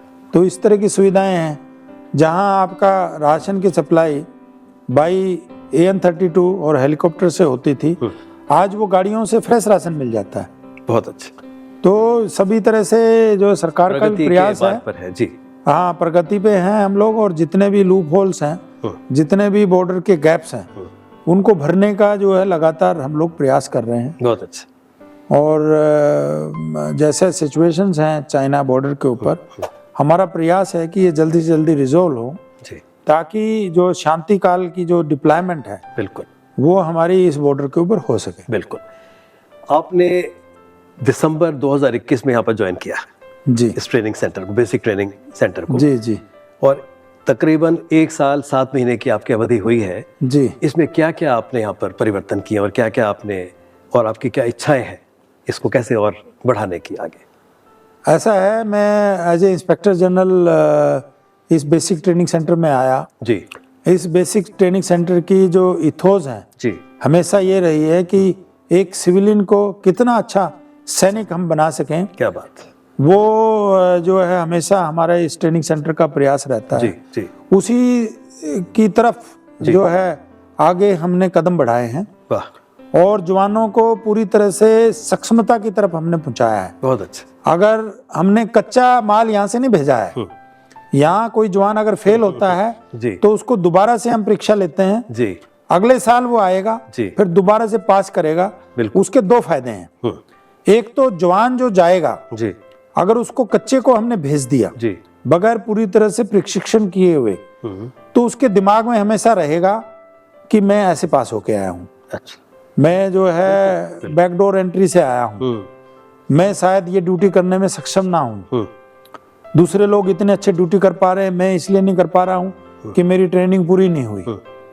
तो वो दिमाग में वो अगले उसको हमने 30-35 साल ढोना पड़ेगा। बिल्कुल ठीक बात। तो इसलिए हमने कहा कि शुरुआत में ही हम पक्का बना के भेजेंगे आपको। क्या बात है। तो अभी जैसे हमारे पास लड़कियां ट्रेनिंग कर रही हैं, इसमें ज्यादातर लड़कियां फेल हुई हैं। अच्छा। हमने कहा दोबारा से आपने ट्रेनिंग करनी है। जी जी। अगर आप में जज्बा है फौज में सेवा करने का, जी, सिविल में बहुत नौकरियां हैं, इससे ज्यादा तनख्वाह की नौकरियां मिल जाएंगी, लेकिन इस फोर्स में आपको वही आदमी ड्यूटी कर सकता है जिसमें जज्बा हो। बिल्कुल। और सरकार तो ख्याल रखेगी ही, बिल्कुल, इसमें इसमें कोई शक नहीं है। तो कच्चा माल हम यहाँ से नहीं भेजते हैं। जब मैंने देखा यहाँ एक कमांडो कोर्स चलता है महिलाओं का, तो 1-2 बैच देखे, मुझे बताया गया कि सर एक भी लड़की फेल पास नहीं हो रही। अच्छा। तो मैंने कहा इस बार जो ओपनिंग एड्रेस होगा, उस ओपनिंग एड्रेस में आप 1 घंटा आधा घंटा बढ़ाओ। अच्छा। तो आधा घंटा मैंने कहा सबसे पहले मैं इनको एड्रेस करूंगा, इनसे बातचीत करूंगा। बहुत अच्छा। तो उनको हमने एक जो उनके दिमाग में ये होता है कि हम लड़की हैं, हम अबला हैं, और एक मेंटल ब्लॉक होता है कि हम ये काम नहीं कर पाएंगे, हम लड़कों की तरह नहीं काम कर पाते, वो हमने तोड़ने का प्रयास किया। बहुत बड़ी बात। और वो तोड़ने में हम कामयाब हुए। क्या बात है। अब जो 25 का कोर्स होता है उसमें से 20 के लगभग हमारे पास लड़कियां आती हैं, तो 16-17 लड़कियां पास होके जाती हैं। बहुत बड़ी बात। तो ये बहुत बड़ा एक चेंज है, बहुत बड़ा परिवर्तन। हमारे जो डीजी साहब हैं वो आए थे जी। तो जब हमने कॉन्फ्रेंस रूम में उनको हम ब्रीफिंग कर रहे थे अपने ट्रेनिंग सेंटर के बारे में, जब हमने कमांडो के बारे में बताया, बोला कि वो लड़कियां अभी यहाँ कोर्स कर रही हैं। हमने कहा हाँ सर कोर्स में है। तो बोला मुझे मिलाओ। तो हमने उन लड़कियों को ट्रेनिंग से बुलाया और डीजी साहब के सामने खड़ा कर दिया। हमने कहा सर अब आप हैं और ये आप जो भी पूछना चाहते हैं पूछें जी। और डीजी साहब ने उनसे बात किया और वो लड़कियों ने कहा कि हमें हाइट से डर लगता था, हमें पानी से डर लगता था, हमें कॉकरोच से डर लगता था, हमें मकोड़ों से डर लगता था, अच्छा। कीड़ों से डर लगता था। बोला आज हमें सांप से भी डर नहीं है। अरे क्या बात। और हाइट में जितनी ऊंचाई से लड़के 30 फीट से 35 फीट से स्लैदरिंग कर रहे हैं, हम भी कर रहे हैं। क्या बात। और यहाँ हमने पूरी प्रेस को दिखाया है कि भी आप देखें लड़कियां कर रही हैं, लड़के कर रहे हैं, हमारे ट्रेनिंग सेंटर में आइए, आप भी अवलोकन कीजिए जी, आप भी देखिए जी, आप भी अपने कमेंट दीजिए जी कि हम किस तरह की ट्रेनिंग दे रहे हैं। बहुत अच्छा। और प्रेस का हमें बहुत सहयोग रहा है जी। हमने कभी प्रेस को रोका नहीं। कहीं पर भी आप जाना चाहते हैं आप इंडिपेंडेंटली जाइए जी। एक बार मुझे बता दीजिए अगर हमारे में कमी है और हमारे में जो अच्छाई है वो मुझे भी नहीं बताना है, वो आप दुनिया को बताइए। बहुत अच्छा। कमी मुझे बता दीजिए, एक चांस मुझे दे दीजिएगा जी, ताकि मैं उसमें सुधार कर सकूं। अच्छा। लेकिन अभी तक जो है पत्रकार महोदय कोई ऐसा नहीं आया मेरे पास जो ये कहे कि सर ये कमी है जी। ये जो है निश्चित ही हमारे जो अधिकारी हैं, सक्षम अधिकारी यहाँ पर हैं जी। मेरा भी 36-37 साल का अनुभव है इस ऑर्गेनाइजेशन में और ये हमारे देने का समय है। बिल्कुल। और मैं तो बहुत लकी हूँ कि मेरे बच्चे कामयाब हैं। तो अब ये जो ITBP के बच्चों को कैसे कामयाब करें, हमारी जो ऑर्गेनाइजेशन है अपनी इथोस में चलें, ये हमेशा मेरा प्रयास रहता है। और इसी प्रयास में मैं जो है 1.5 साल के लगभग मेरा टेन्योर हुआ है यहाँ पर, उसमें जो भी ड्यूटी हमें दी गई, जो भी चैलेंजेस हमें दिए गए, सबसे पहले हमें चैलेंज दिया डीजी साहब ने कि नेशनल इक्विस्टेरियन मीट करानी है आपने यहाँ पर, all India police equestrian and duty mounted police duty meet, mounted police duty meet, okay, ये आपने करानी है, जिसको कराने के लिए 1 साल लेती है कोई भी संस्था। हमें फरवरी में बताया गया। अब ये गर्मी में घोड़े काम नहीं कर सकते, जब भी ये मीट होती है ये फरवरी तक हो जाती है। अच्छा। हमने कहा सिर्फ मार्च के एंड में करवा पाएंगे, मार्च के एंड में करवा देंगे। मैंने कहा सर करवाना पड़ेगा ये तो इसके लिए आपका सहयोग चाहिए। और हमने 1 माह में कराया। क्या बात। उसके बाद में नेक्स्ट ईयर अभी पिछले साल BSF ने कराया जी। BSF उतनी सक्षमता से नहीं करा पाई, ये हमें फीडबैक मिला है सभी अधिकारियों से जो कि इसमें एज ए जजेस आते हैं, सीनियर पुलिस ऑफिसर्स, कि जिस सक्षमता से 1 माह में ITBP ने कराया, क्या बात, उस सक्षमता से जो है वो दूसरी ऑर्गेनाइजेशन नहीं करा पाती है। यही हमारी बेसिक ट्रेनिंग सेंटर की इथोस है। क्या बात। कि कोई भी चैलेंज है, जो डिफिकल्ट चैलेंज को लो और उसको अच्छे ढंग से करो जी।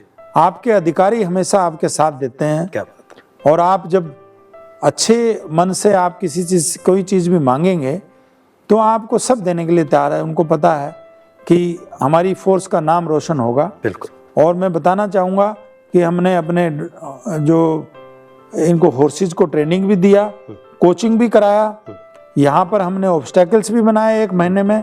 वाह। और हम लोग चैंपियन रहे। क्या बात। और ये कंपटीशन बिल्कुल फ्री एंड फेयर हुआ। अच्छा। बिल्कुल। जो प्रोटेस्ट हमारे अगेंस्ट कोई आया उस प्रोटेस्ट को हमने दिया जी। वैसे तो आया ही नहीं जी। हमने दिया, हमने बेनिफिट ऑफ डाउट दूसरी टीम को दिया। बहुत बड़ी बात। उसके और जो है सब लोग बड़े प्रसन्न होके गए जी और सब लोग सीख के गए। जी प्रयास यही था कि पुलिस की जो टीम है जी, वो हिंदुस्तान को रिप्रेजेंट करें। क्या बात। और आज की डेट में हमारा एक अधिकारी अभी वर्ल्ड चैंपियनशिप में जा रहा है। अच्छा। दिल्ली में अभी वो प्रैक्टिस कर रहा है। जी एक सेकंड इन कमांड है मेरे पास वेटरनरी के, जी डॉक्टर छेत्री। जी, वो अभी इंडिया को रिप्रेजेंट कर रहे हैं। क्या बात, इंटरनेशनल एरिना में। क्या बात। वो जब भी संभव हो पाता है जब आप फ्री एंड फेयर गेम करेंगे, बिल्कुल और अपनी लकीर बड़ी करेंगे, बिल्कुल, दूसरे की लकीर छोटी नहीं बहुत करनी। बड़ी बात, बहुत बड़ी बात। ये हमारा उद्देश्य रहा है। तो ये इसमें हमें सौभाग्य प्राप्त हुआ। गवर्नर साहब आए, गवर्नर हरियाणा ने इसका इनॉग्रेशन किया जी, गवर्नर पंजाब ने इसका क्लोजिंग किया, और बीच में यहाँ के एमपी साहब, एमएलए साहब, यहाँ के मेयर साहब जी, चंडीगढ़ के डीजी जी, हरियाणा के डीजी, वाह, हमारे एडिशनल डीजी जी, पीजीआई के डायरेक्टर, अच्छा, इन अधिकारियों को हर रोज बुलाया हमने। 11 दिन का फंक्शन था क्या ये, बात, क्या बात। ताकि हमारी जो फंक्शंस की जो मोमेंटम है, हाँ, ये मोमेंटम कम ना हो। बिल्कुल, हर रोज सीनियर अधिकारी लाने का पर्पज यही था कि सीरियसनेस खत्म ना हो। जो खास तौर पे बाहर के जो पुलिस अधिकारी आते हैं जी, तो उनको भी मोटिवेटेड रखना जरूरी है, बहुत बहुत जरूरी है। क्योंकि हमारे अधिकारियों के पास तो हमारा कंट्रोल है, जी, बाहर के लोगों के ऊपर आपका कंट्रोल नहीं होता। यस, वो कंट्रोल आपको करना पड़ता है, आपको लीडरशिप अच्छी दिखा के, बिल्कुल, आपको ऑर्गेनाइजेशन स्किल अच्छी दिखा के, उनका एडमिनिस्ट्रेशन अच्छा देख के, उनकी बातों को सुनकर, जी, वो सारी चीजें देख के हमने वो कंपटीशन कराया। जितने भी जजेस थे बहुत सीनियर अधिकारी हैं, जो कि एक कर्नाटका पुलिस के डीजी रहे हैं, अच्छा, वो थे। देन मिस्टर केसीएस रेड्डी थे, अच्छा, जो कि नेशनल पुलिस एकेडमी के बहुत सीनियर कोचेज रहे हैं। हमारे डीजी भी उनके जो है अंडर में ट्रेनिंग प्राप्त किए हैं। और वेस्ट बंगाल पुलिस के जो कि आपकी जो इक्विस्टेरियन है, वो शुरुआत ही बंगाल से हुई है। अच्छा, 1880 से 80 में, रादर 1857 में 58 में शुरू हो गया था। अच्छा, जो इस तरह का जो कार्रवाई है, बैंड का जो है और इक्विस्टेरियन का है, ये उस टाइम पे ही शुरू हो गया था।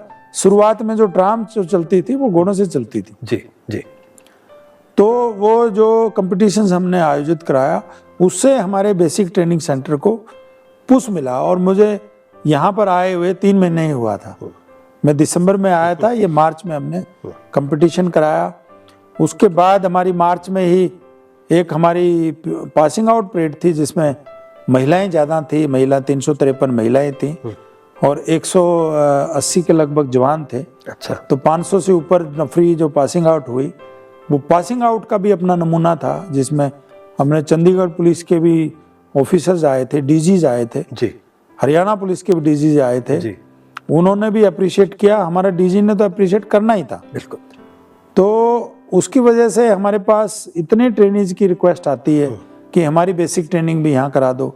अभी चंडीगढ़ पुलिस की तरफ से हमारा निवेदन था। अच्छा, राजस्थान पुलिस को हमने ऑलरेडी यहाँ पर किया हुआ है। अच्छा, और उसके उपरांत फिर नेक्स्ट ईयर इसी साल हमने all India police band competition भी कराया। अच्छा, उसमें जो 1500 के लगभग जो लोग आए थे। अच्छा, जो इक्विस्टेरियन मीट थी, इसमें 200 के लगभग तो घोड़े आए थे। अच्छा, अब घोड़ों का बंदोबस्त करना बहुत मुश्किल काम, मुश्किल काम, लेकिन वो किया। जी, उसके साथ में 500 के लगभग जो है वो इक्विस्टेरियन के जो पार्टिसिपेंट्स थे। लेकिन ये जो बैंड प्रतियोगिता थी, इसमें तो 1500 थे, क्योंकि बैंड का जो स्ट्रेंथ होती है आपको पता है, बहुत बड़ी स्ट्रेंथ होती है। तो 19 की स्ट्रेंथ में तो पाइप बैंड पार्टिसिपेट करता है, और 30, 32, 33, 34 की स्ट्रेंथ में जो है ब्रास बैंड पार्टिसिपेट करता है। फिर महिला की अलग से टीम में थी। अच्छा, अभी महिलाओं के भी कंपटीशन जो all India police control board ने सेपरेट शुरू कर दिए हैं। अच्छा, और इसमें भी हम लोग चैंपियन रहे हैं। क्या बात है। तो दोनों चीजें जो है ना हमने किया है। जी, और सबसे विशेष चीज जो मैं बताना चाहता हूँ, जी, हमारी जो कमांडो टीम है, वो commando team, central commando team हमारी यहाँ पर प्रशिक्षण में है। और हमने एक ऐसी फोर्स को हराया जो एक कमांडो फोर्स के नाम से गठित हुई है 84 में। National security guard. ओके। उनका काम ही मुख्यतः काम ही यही है। बिल्कुल बिल्कुल। हमारा काम ये नहीं है। जी जी। हमारा काम बॉर्डर सिक्योरिटी है। हाँ। हमारा काम इंटरनल सिक्योरिटी है। हमारा काम नक्सलिज्म का है जी। और इसमें हमने और बहुत अच्छे मार्जिन से, अच्छा, हर एक इवेंट में। अच्छा।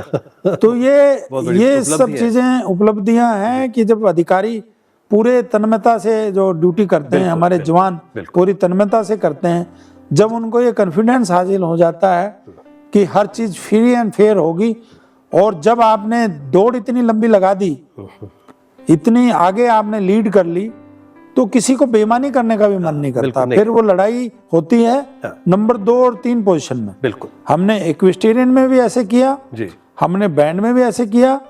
फर्स्ट पोजीशन का तो बहुत दूर, बोला इनको तो छेड़ना नहीं है, अब सेकंड और थर्ड पोजीशन के लिए हमने ट्राई करनी है। क्या बात है। तो ये इथोस हमने इस यहाँ पर लाने के प्रयास किया। हमने यहाँ पर हम कमांडो कोर्स कराते हैं जी, यहाँ पर हम जूडो कोर्स कराते हैं। अच्छा। यहाँ पर पूरी फोर्स के जो फिजिकल ट्रेनर्स तैयार होते हैं जी। और हमने नया स्ट्राइड लिया है योगा में। अच्छा। योगा में मुझे हरियाणा योग आयोग से निवेदन आया जी कि सर हम 75 करोड़ का हमने टारगेट लिया हुआ है। ये फरवरी 2022 की बात है। अच्छा। 1 महीने के बाद में मैंने अधिकारियों से बात किया। मैंने कहा प्लेटर के ऊपर चीज है, हमारे प्रांगण में आके वो फंक्शन करना चाहते हैं, खर्चा ये खुद करेंगे, ट्रेनिंग हमें देंगे, नुकसान क्या है? बिल्कुल। मैंने कहा 5 उंगलियां हमारी घी में है। बिल्कुल। हमारी पब्लिसिटी भी होगी जी जी, वो भी खुश, हम भी खुश, और ये एक किस्म का एक सिम्बियोटिक रिलेशन हमारा बन गया जी, कि हमें उनको मदद करके हमें फायदा है, उनको हमें मदद करके उनको फायदा है। बिल्कुल। तो जब समाज ऐसे चलता है, क्या बात है, तो हमेशा प्रोग्रेस करता है। तो हमने योगा में भी बहुत अच्छा काम किया है जी। वो 75 करोड़ में हमारा भी काफी योगदान रहा जी। जब वो उनको वर्ल्ड रिकॉर्ड बने, उनके Guinness book of world record में बने, वाह, तो उनको अपने साथ में ले जाने के लिए कोई एक अधिकारी का नाम उनके जहन में आया, वो मेरा आया। क्या बात है। मुझे फोन किया कि हम गृह मंत्री से मिलने जा रहे हैं। मैंने कहा मिल लीजिए आप। नहीं दुहन साहब, आपका बहुत बड़ा सहयोग रहा है, आप भी हमारे साथ चलें। क्या बात है। तो वो आप जब भी पॉसिबल है, जब आप अच्छा काम करते हैं, जब आप समाज में भी सहयोग करते हैं, उसके बाद हमारा लगातार भागों से हमारा योगा के साथ कार्यक्रम चल रहे हैं। अभी भी योगा की हमारी ट्रेनिंग चल रही है। 17 तारीख को उसका क्लोजिंग है जी। इसके बीच में भी 75 लाख का स्वामी विवेकानंद से लेकर और स्वामी दयानंद सरस्वती के जो बर्थ जयंती थी जी, लास्ट ईयर 1 माह में 75 लाख का लक्ष्य हरियाणा योग आयोग ने लिया। अच्छा। तो मुझसे निवेदन किया कि आपके प्रांगण में हम कर लें, क्योंकि 5000 के लगभग आपके प्रांगण में लोग आ जाते हैं और 4000 तो आपके ही हो जाते हैं। मैंने कहा बिल्कुल हो जाते हैं। तो बोला किसको बुलाएं? हमने कहा बताओ आप। बोला गवर्नर साहब को बुला लें। तो बोला वो तो आप ही बुला लेंगे गवर्नर साहब को, तो आप जानते हैं गवर्नर साहब को, आपके पास 2-3 फंक्शंस में आ चुके हैं। मैं गवर्नर साहब के पास गया, गवर्नर साहब एग्री हो गए। बहुत अच्छा फंक्शन हुआ। वो मोमेंटम ऐसे चला, जो हमने रोज के जो योग शुरू किए, सूर्य नमस्कार जी, अब हमारे पास 3000 लोग ट्रेनिंग में थे यहाँ पर। अगर एक जवान 50 भी कर लेता तो 1.5 लाख हमारा हो जाता। बिल्कुल। शाम को 50 कर लिए तो 3 लाख हो गए। बिल्कुल। तो ये 30 दिन में हमने ही 75 लाख कर दिए। अच्छा। तो उनको तो 15 करोड़ हो गए उनके। पूरी उन्होंने एजुकेशन डिपार्टमेंट को उन्होंने इसमें रोप इन किया, पूरी यूनिवर्सिटीज को रोप इन किया। और फिर इसका दूसरा फंक्शन इन्होंने इसमें अंबाला में किया। अच्छा। उसमें भी हमें को इनवाइट किया गया। मुझे जो है बिल्कुल चीफ गेस्ट के बगल में मेरे को कुर्सी दी गई। ये मैं नहीं था, ये आईटीबीपी की एक संस्था थी। क्या बात है। ईश्वर सिंह दुहन नहीं था। बिल्कुल। ये संस्था जब काम करती है, बिल्कुल, तो हम तो एक उनका एक रूप है। बहुत बड़ी बात की आपने। तो एक बहुत बड़ा मौका हमें दिया, हमें भाषण देने का भी मौका मिला। वहाँ पंचकुला में लोगों के इसकी योग का क्या सहयोग है, और खास तौर पे आईटीबीपी जैसी संस्थाएं, जहाँ पर जो है मैंने जैसे आपको कहा, सांसों को भी सांस नहीं है, और सांसों को कैसे लिया जाए ये योग से बेहतरीन बिल्कुल कोई विद्या नहीं बता सकती है। बिल्कुल। तो कैसे हम ज़्यादा से ज़्यादा ऑक्सीजन को हमारे शरीर में समाहित कर सकते हैं, ये योग के माध्यम से हमारे जवान योग करते हैं, हर जगह पोस्टों पे करते हैं। और अभी भी इस साल भी जो योग का प्रोग्राम हुआ उसमें हमने बढ़ चढ़कर भाग लिया। और आईटीबीपी का जो योग का इस साल का जो अंतर्राष्ट्रीय योग दिवस था, वो डीजी साहब करजोक पोस्ट पे 15,000 फीट की हाइट पे उन्होंने किया। अच्छा। उससे पहले यहाँ पर एक पासिंग आउट में उनका भ्रमण हुआ, उन्होंने हमारे योगा का एक डेमोस्ट्रेशन देखा जो हमारे रिक्रूट्स द्वारा किया गया था। और एयरपोर्ट पे मैंने उनको विदा दिया। एयरपोर्ट विदा करने के बाद में जो चेक इन के और उसके जहाज में बैठने से पहले उन्होंने डिसाइड कर लिया कि 21 जून को जो योगा की टीम है ये लेह में पहुंची हुई होगी। तो हमारी बीटीसी के लिए सौभाग्य की बात है कि पूरी फोर्स में से हमारी योगा की टीम का चयनित किया गया। बहुत बड़ी बात। और हवाई जहाज से वो गए। 5 दिन का सिर्फ टाइम था। 16 तारीख को ये बताया गया, 17 को वो गए और 21 तारीख को उन्होंने 15,000 फीट की हाइट के ऊपर अपना पूरा परफॉर्मेंस दिया। तो ये योग को भी हम बढ़ावा देते हैं। उसके अलावा जून माह में मैं छुट्टी में था और जब गंगा सागर से मैं आ रहा था पूजा करके, और मैं एलटीसी ली थी, अपनी आखिरी एलटीसी, अपने परिवार के साथ में था। तो मुझे यहाँ ब्लड बैंक के जो है यहाँ काम करते हैं उनका फ़ोन आया। रादर मेरे एक दोस्त हैं पीजीआई में, उनका फ़ोन आया कि धुवन साहब ऐसे ऐसे जून माह में ब्लड की बहुत कमी है जी, आप इसमें कुछ सहयोग करें। हमने कहा जो है ये तो नेकी कर पूछ क्या बात, ये तो हम ढूंढ रहे थे और हम लोगों को जो वही बात हुई कि प्लेटर के ऊपर आपको चीज़ मिल रही है। तो फिर हमने देखा कि 14 जून को जो वर्ल्ड ब्लड डोनेशन डे है, उस दिन जो है हमने ब्लड डोनेशन कैंप की शुरुआत की जी।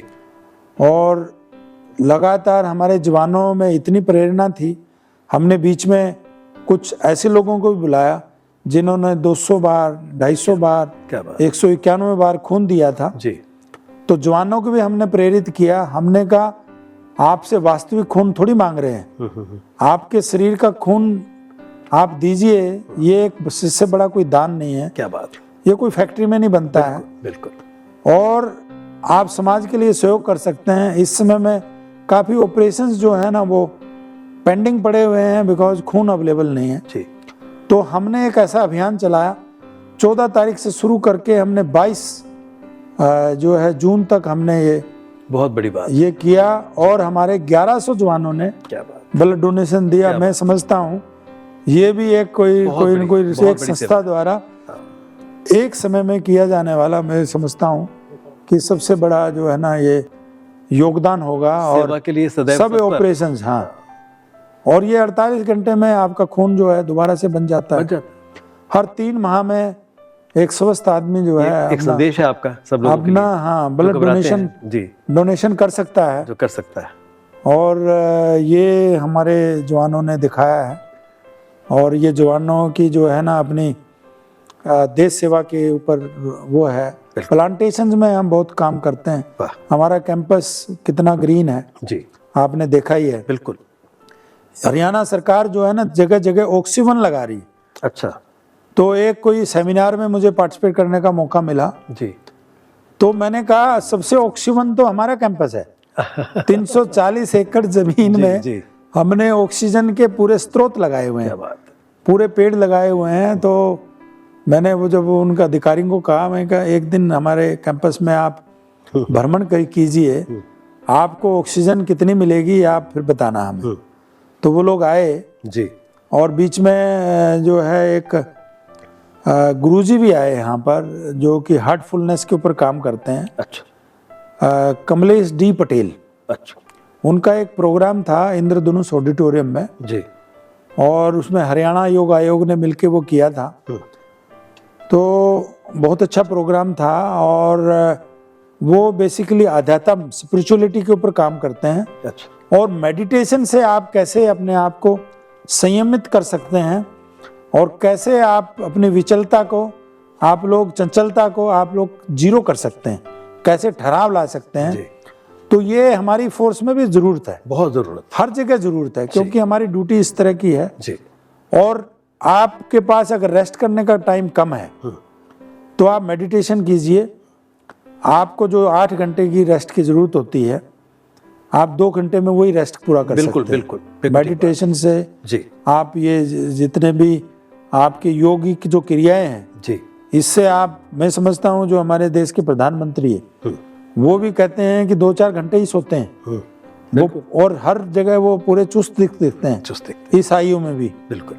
मैं समझता हूँ कि वो योग क्रियाएं हैं जो उनको ठीक रखती हैं। बिल्कुल ठीक बात। तो उनको भी हमें बुलाने का मौका मिला। जब वहाँ प्रोग्राम मैंने देखा जी, तो हरियाणा योग आयोग के चेयरमैन कहे कि आपका प्रांगण तो बहुत सुंदर है, इनका जो वन है, इन्होंने हैदराबाद में वन बनाया हुआ है जिसको कानो वन बोलते हैं, और हार्टफुलनेस जो संस्था है उसके वो मुखिया हैं।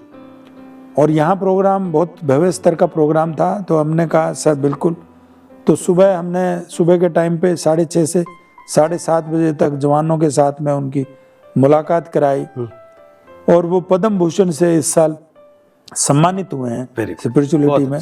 बहुत अच्छा। तो ऐसे जितने भी यहाँ पर पंचकुला में, ट्राई सिटी में प्रोग्राम होते हैं, मेरा सौभाग्य है कि मुझे बुलाते हैं लोग, मैं जाता हूँ और निवेदन करता हूँ। उनका सौभाग्य, वो निवेदन जो है ना मेरा, वो स्वीकार करते हैं। ऐसे ही वाटरमैन ऑफ इंडिया जो है ना यहाँ पर आए जी, डॉक्टर राजेंद्र जी, 2 दिन की वाटर कॉन्फ्रेंस थी, हरियाणा ने की। हरियाणा एक ऐसा स्टेट है जिसने हरियाणा योग आयोग बनाया हुआ है जी, पॉन्ड अथॉरिटी है इनकी जी, और उसके अलावा भी जल के ऊपर भी काफी काम कर रहे हैं जी, ताकि जो जल का दोहन जो बहुत ही जो है असाइंटिफिक तरीके से हो रहा है, अनसाइंटिफिक तरीके से हो रहा है, उसका कैसे पूर्ति की जाए, इसके ऊपर बहुत गहन हो रहा है जी, गहन विचार विमर्श हो रहा है। खास तौर पे जो वर्षा जल है उसको कैसे हम रोकें, नदियों में जाने से कैसे बचाएं, इसके ऊपर काफी प्रयास हो रहे हैं। तो वो 2 दिन का सेमिनार अटेंड करने का मुझे मौका मिला। वहां पता लगा कि वाटरमैन ऑफ इंडिया आ रहे हैं, अच्छा, डॉक्टर राजेंद्र जी, तो उनको भी बुलाने का मौका मिला और उनका भी भाषण यहाँ पर हम हुआ। तो जितना भी हमारे जवानों को, जितने भी ये सिविल जनता से भी कैसे सामंजस्य स्थापित हो हमारे प्रशिक्षण संस्थान का, ये भी हमने प्रयास किया है। बहुत अच्छा। आपसे मुलाकात करके मेरे ज़हन में एक बात आ रही है जी, कि देखें करीब से भी तो अच्छा दिखाई दे, एक आदमी तो हमको कभी ऐसा दिखाई दे। आपसे मिलकर मुझे बहुत अच्छा लगा, इतना ज्ञान का भंडार आपके पास है और विनम्रता की प्रतिमूर्ति हैं आप। जी, बहुत अच्छा लगा आज आपसे मिलकर। थैंक यू वेरी मच, धन्यवाद, बहुत बहुत धन्यवाद।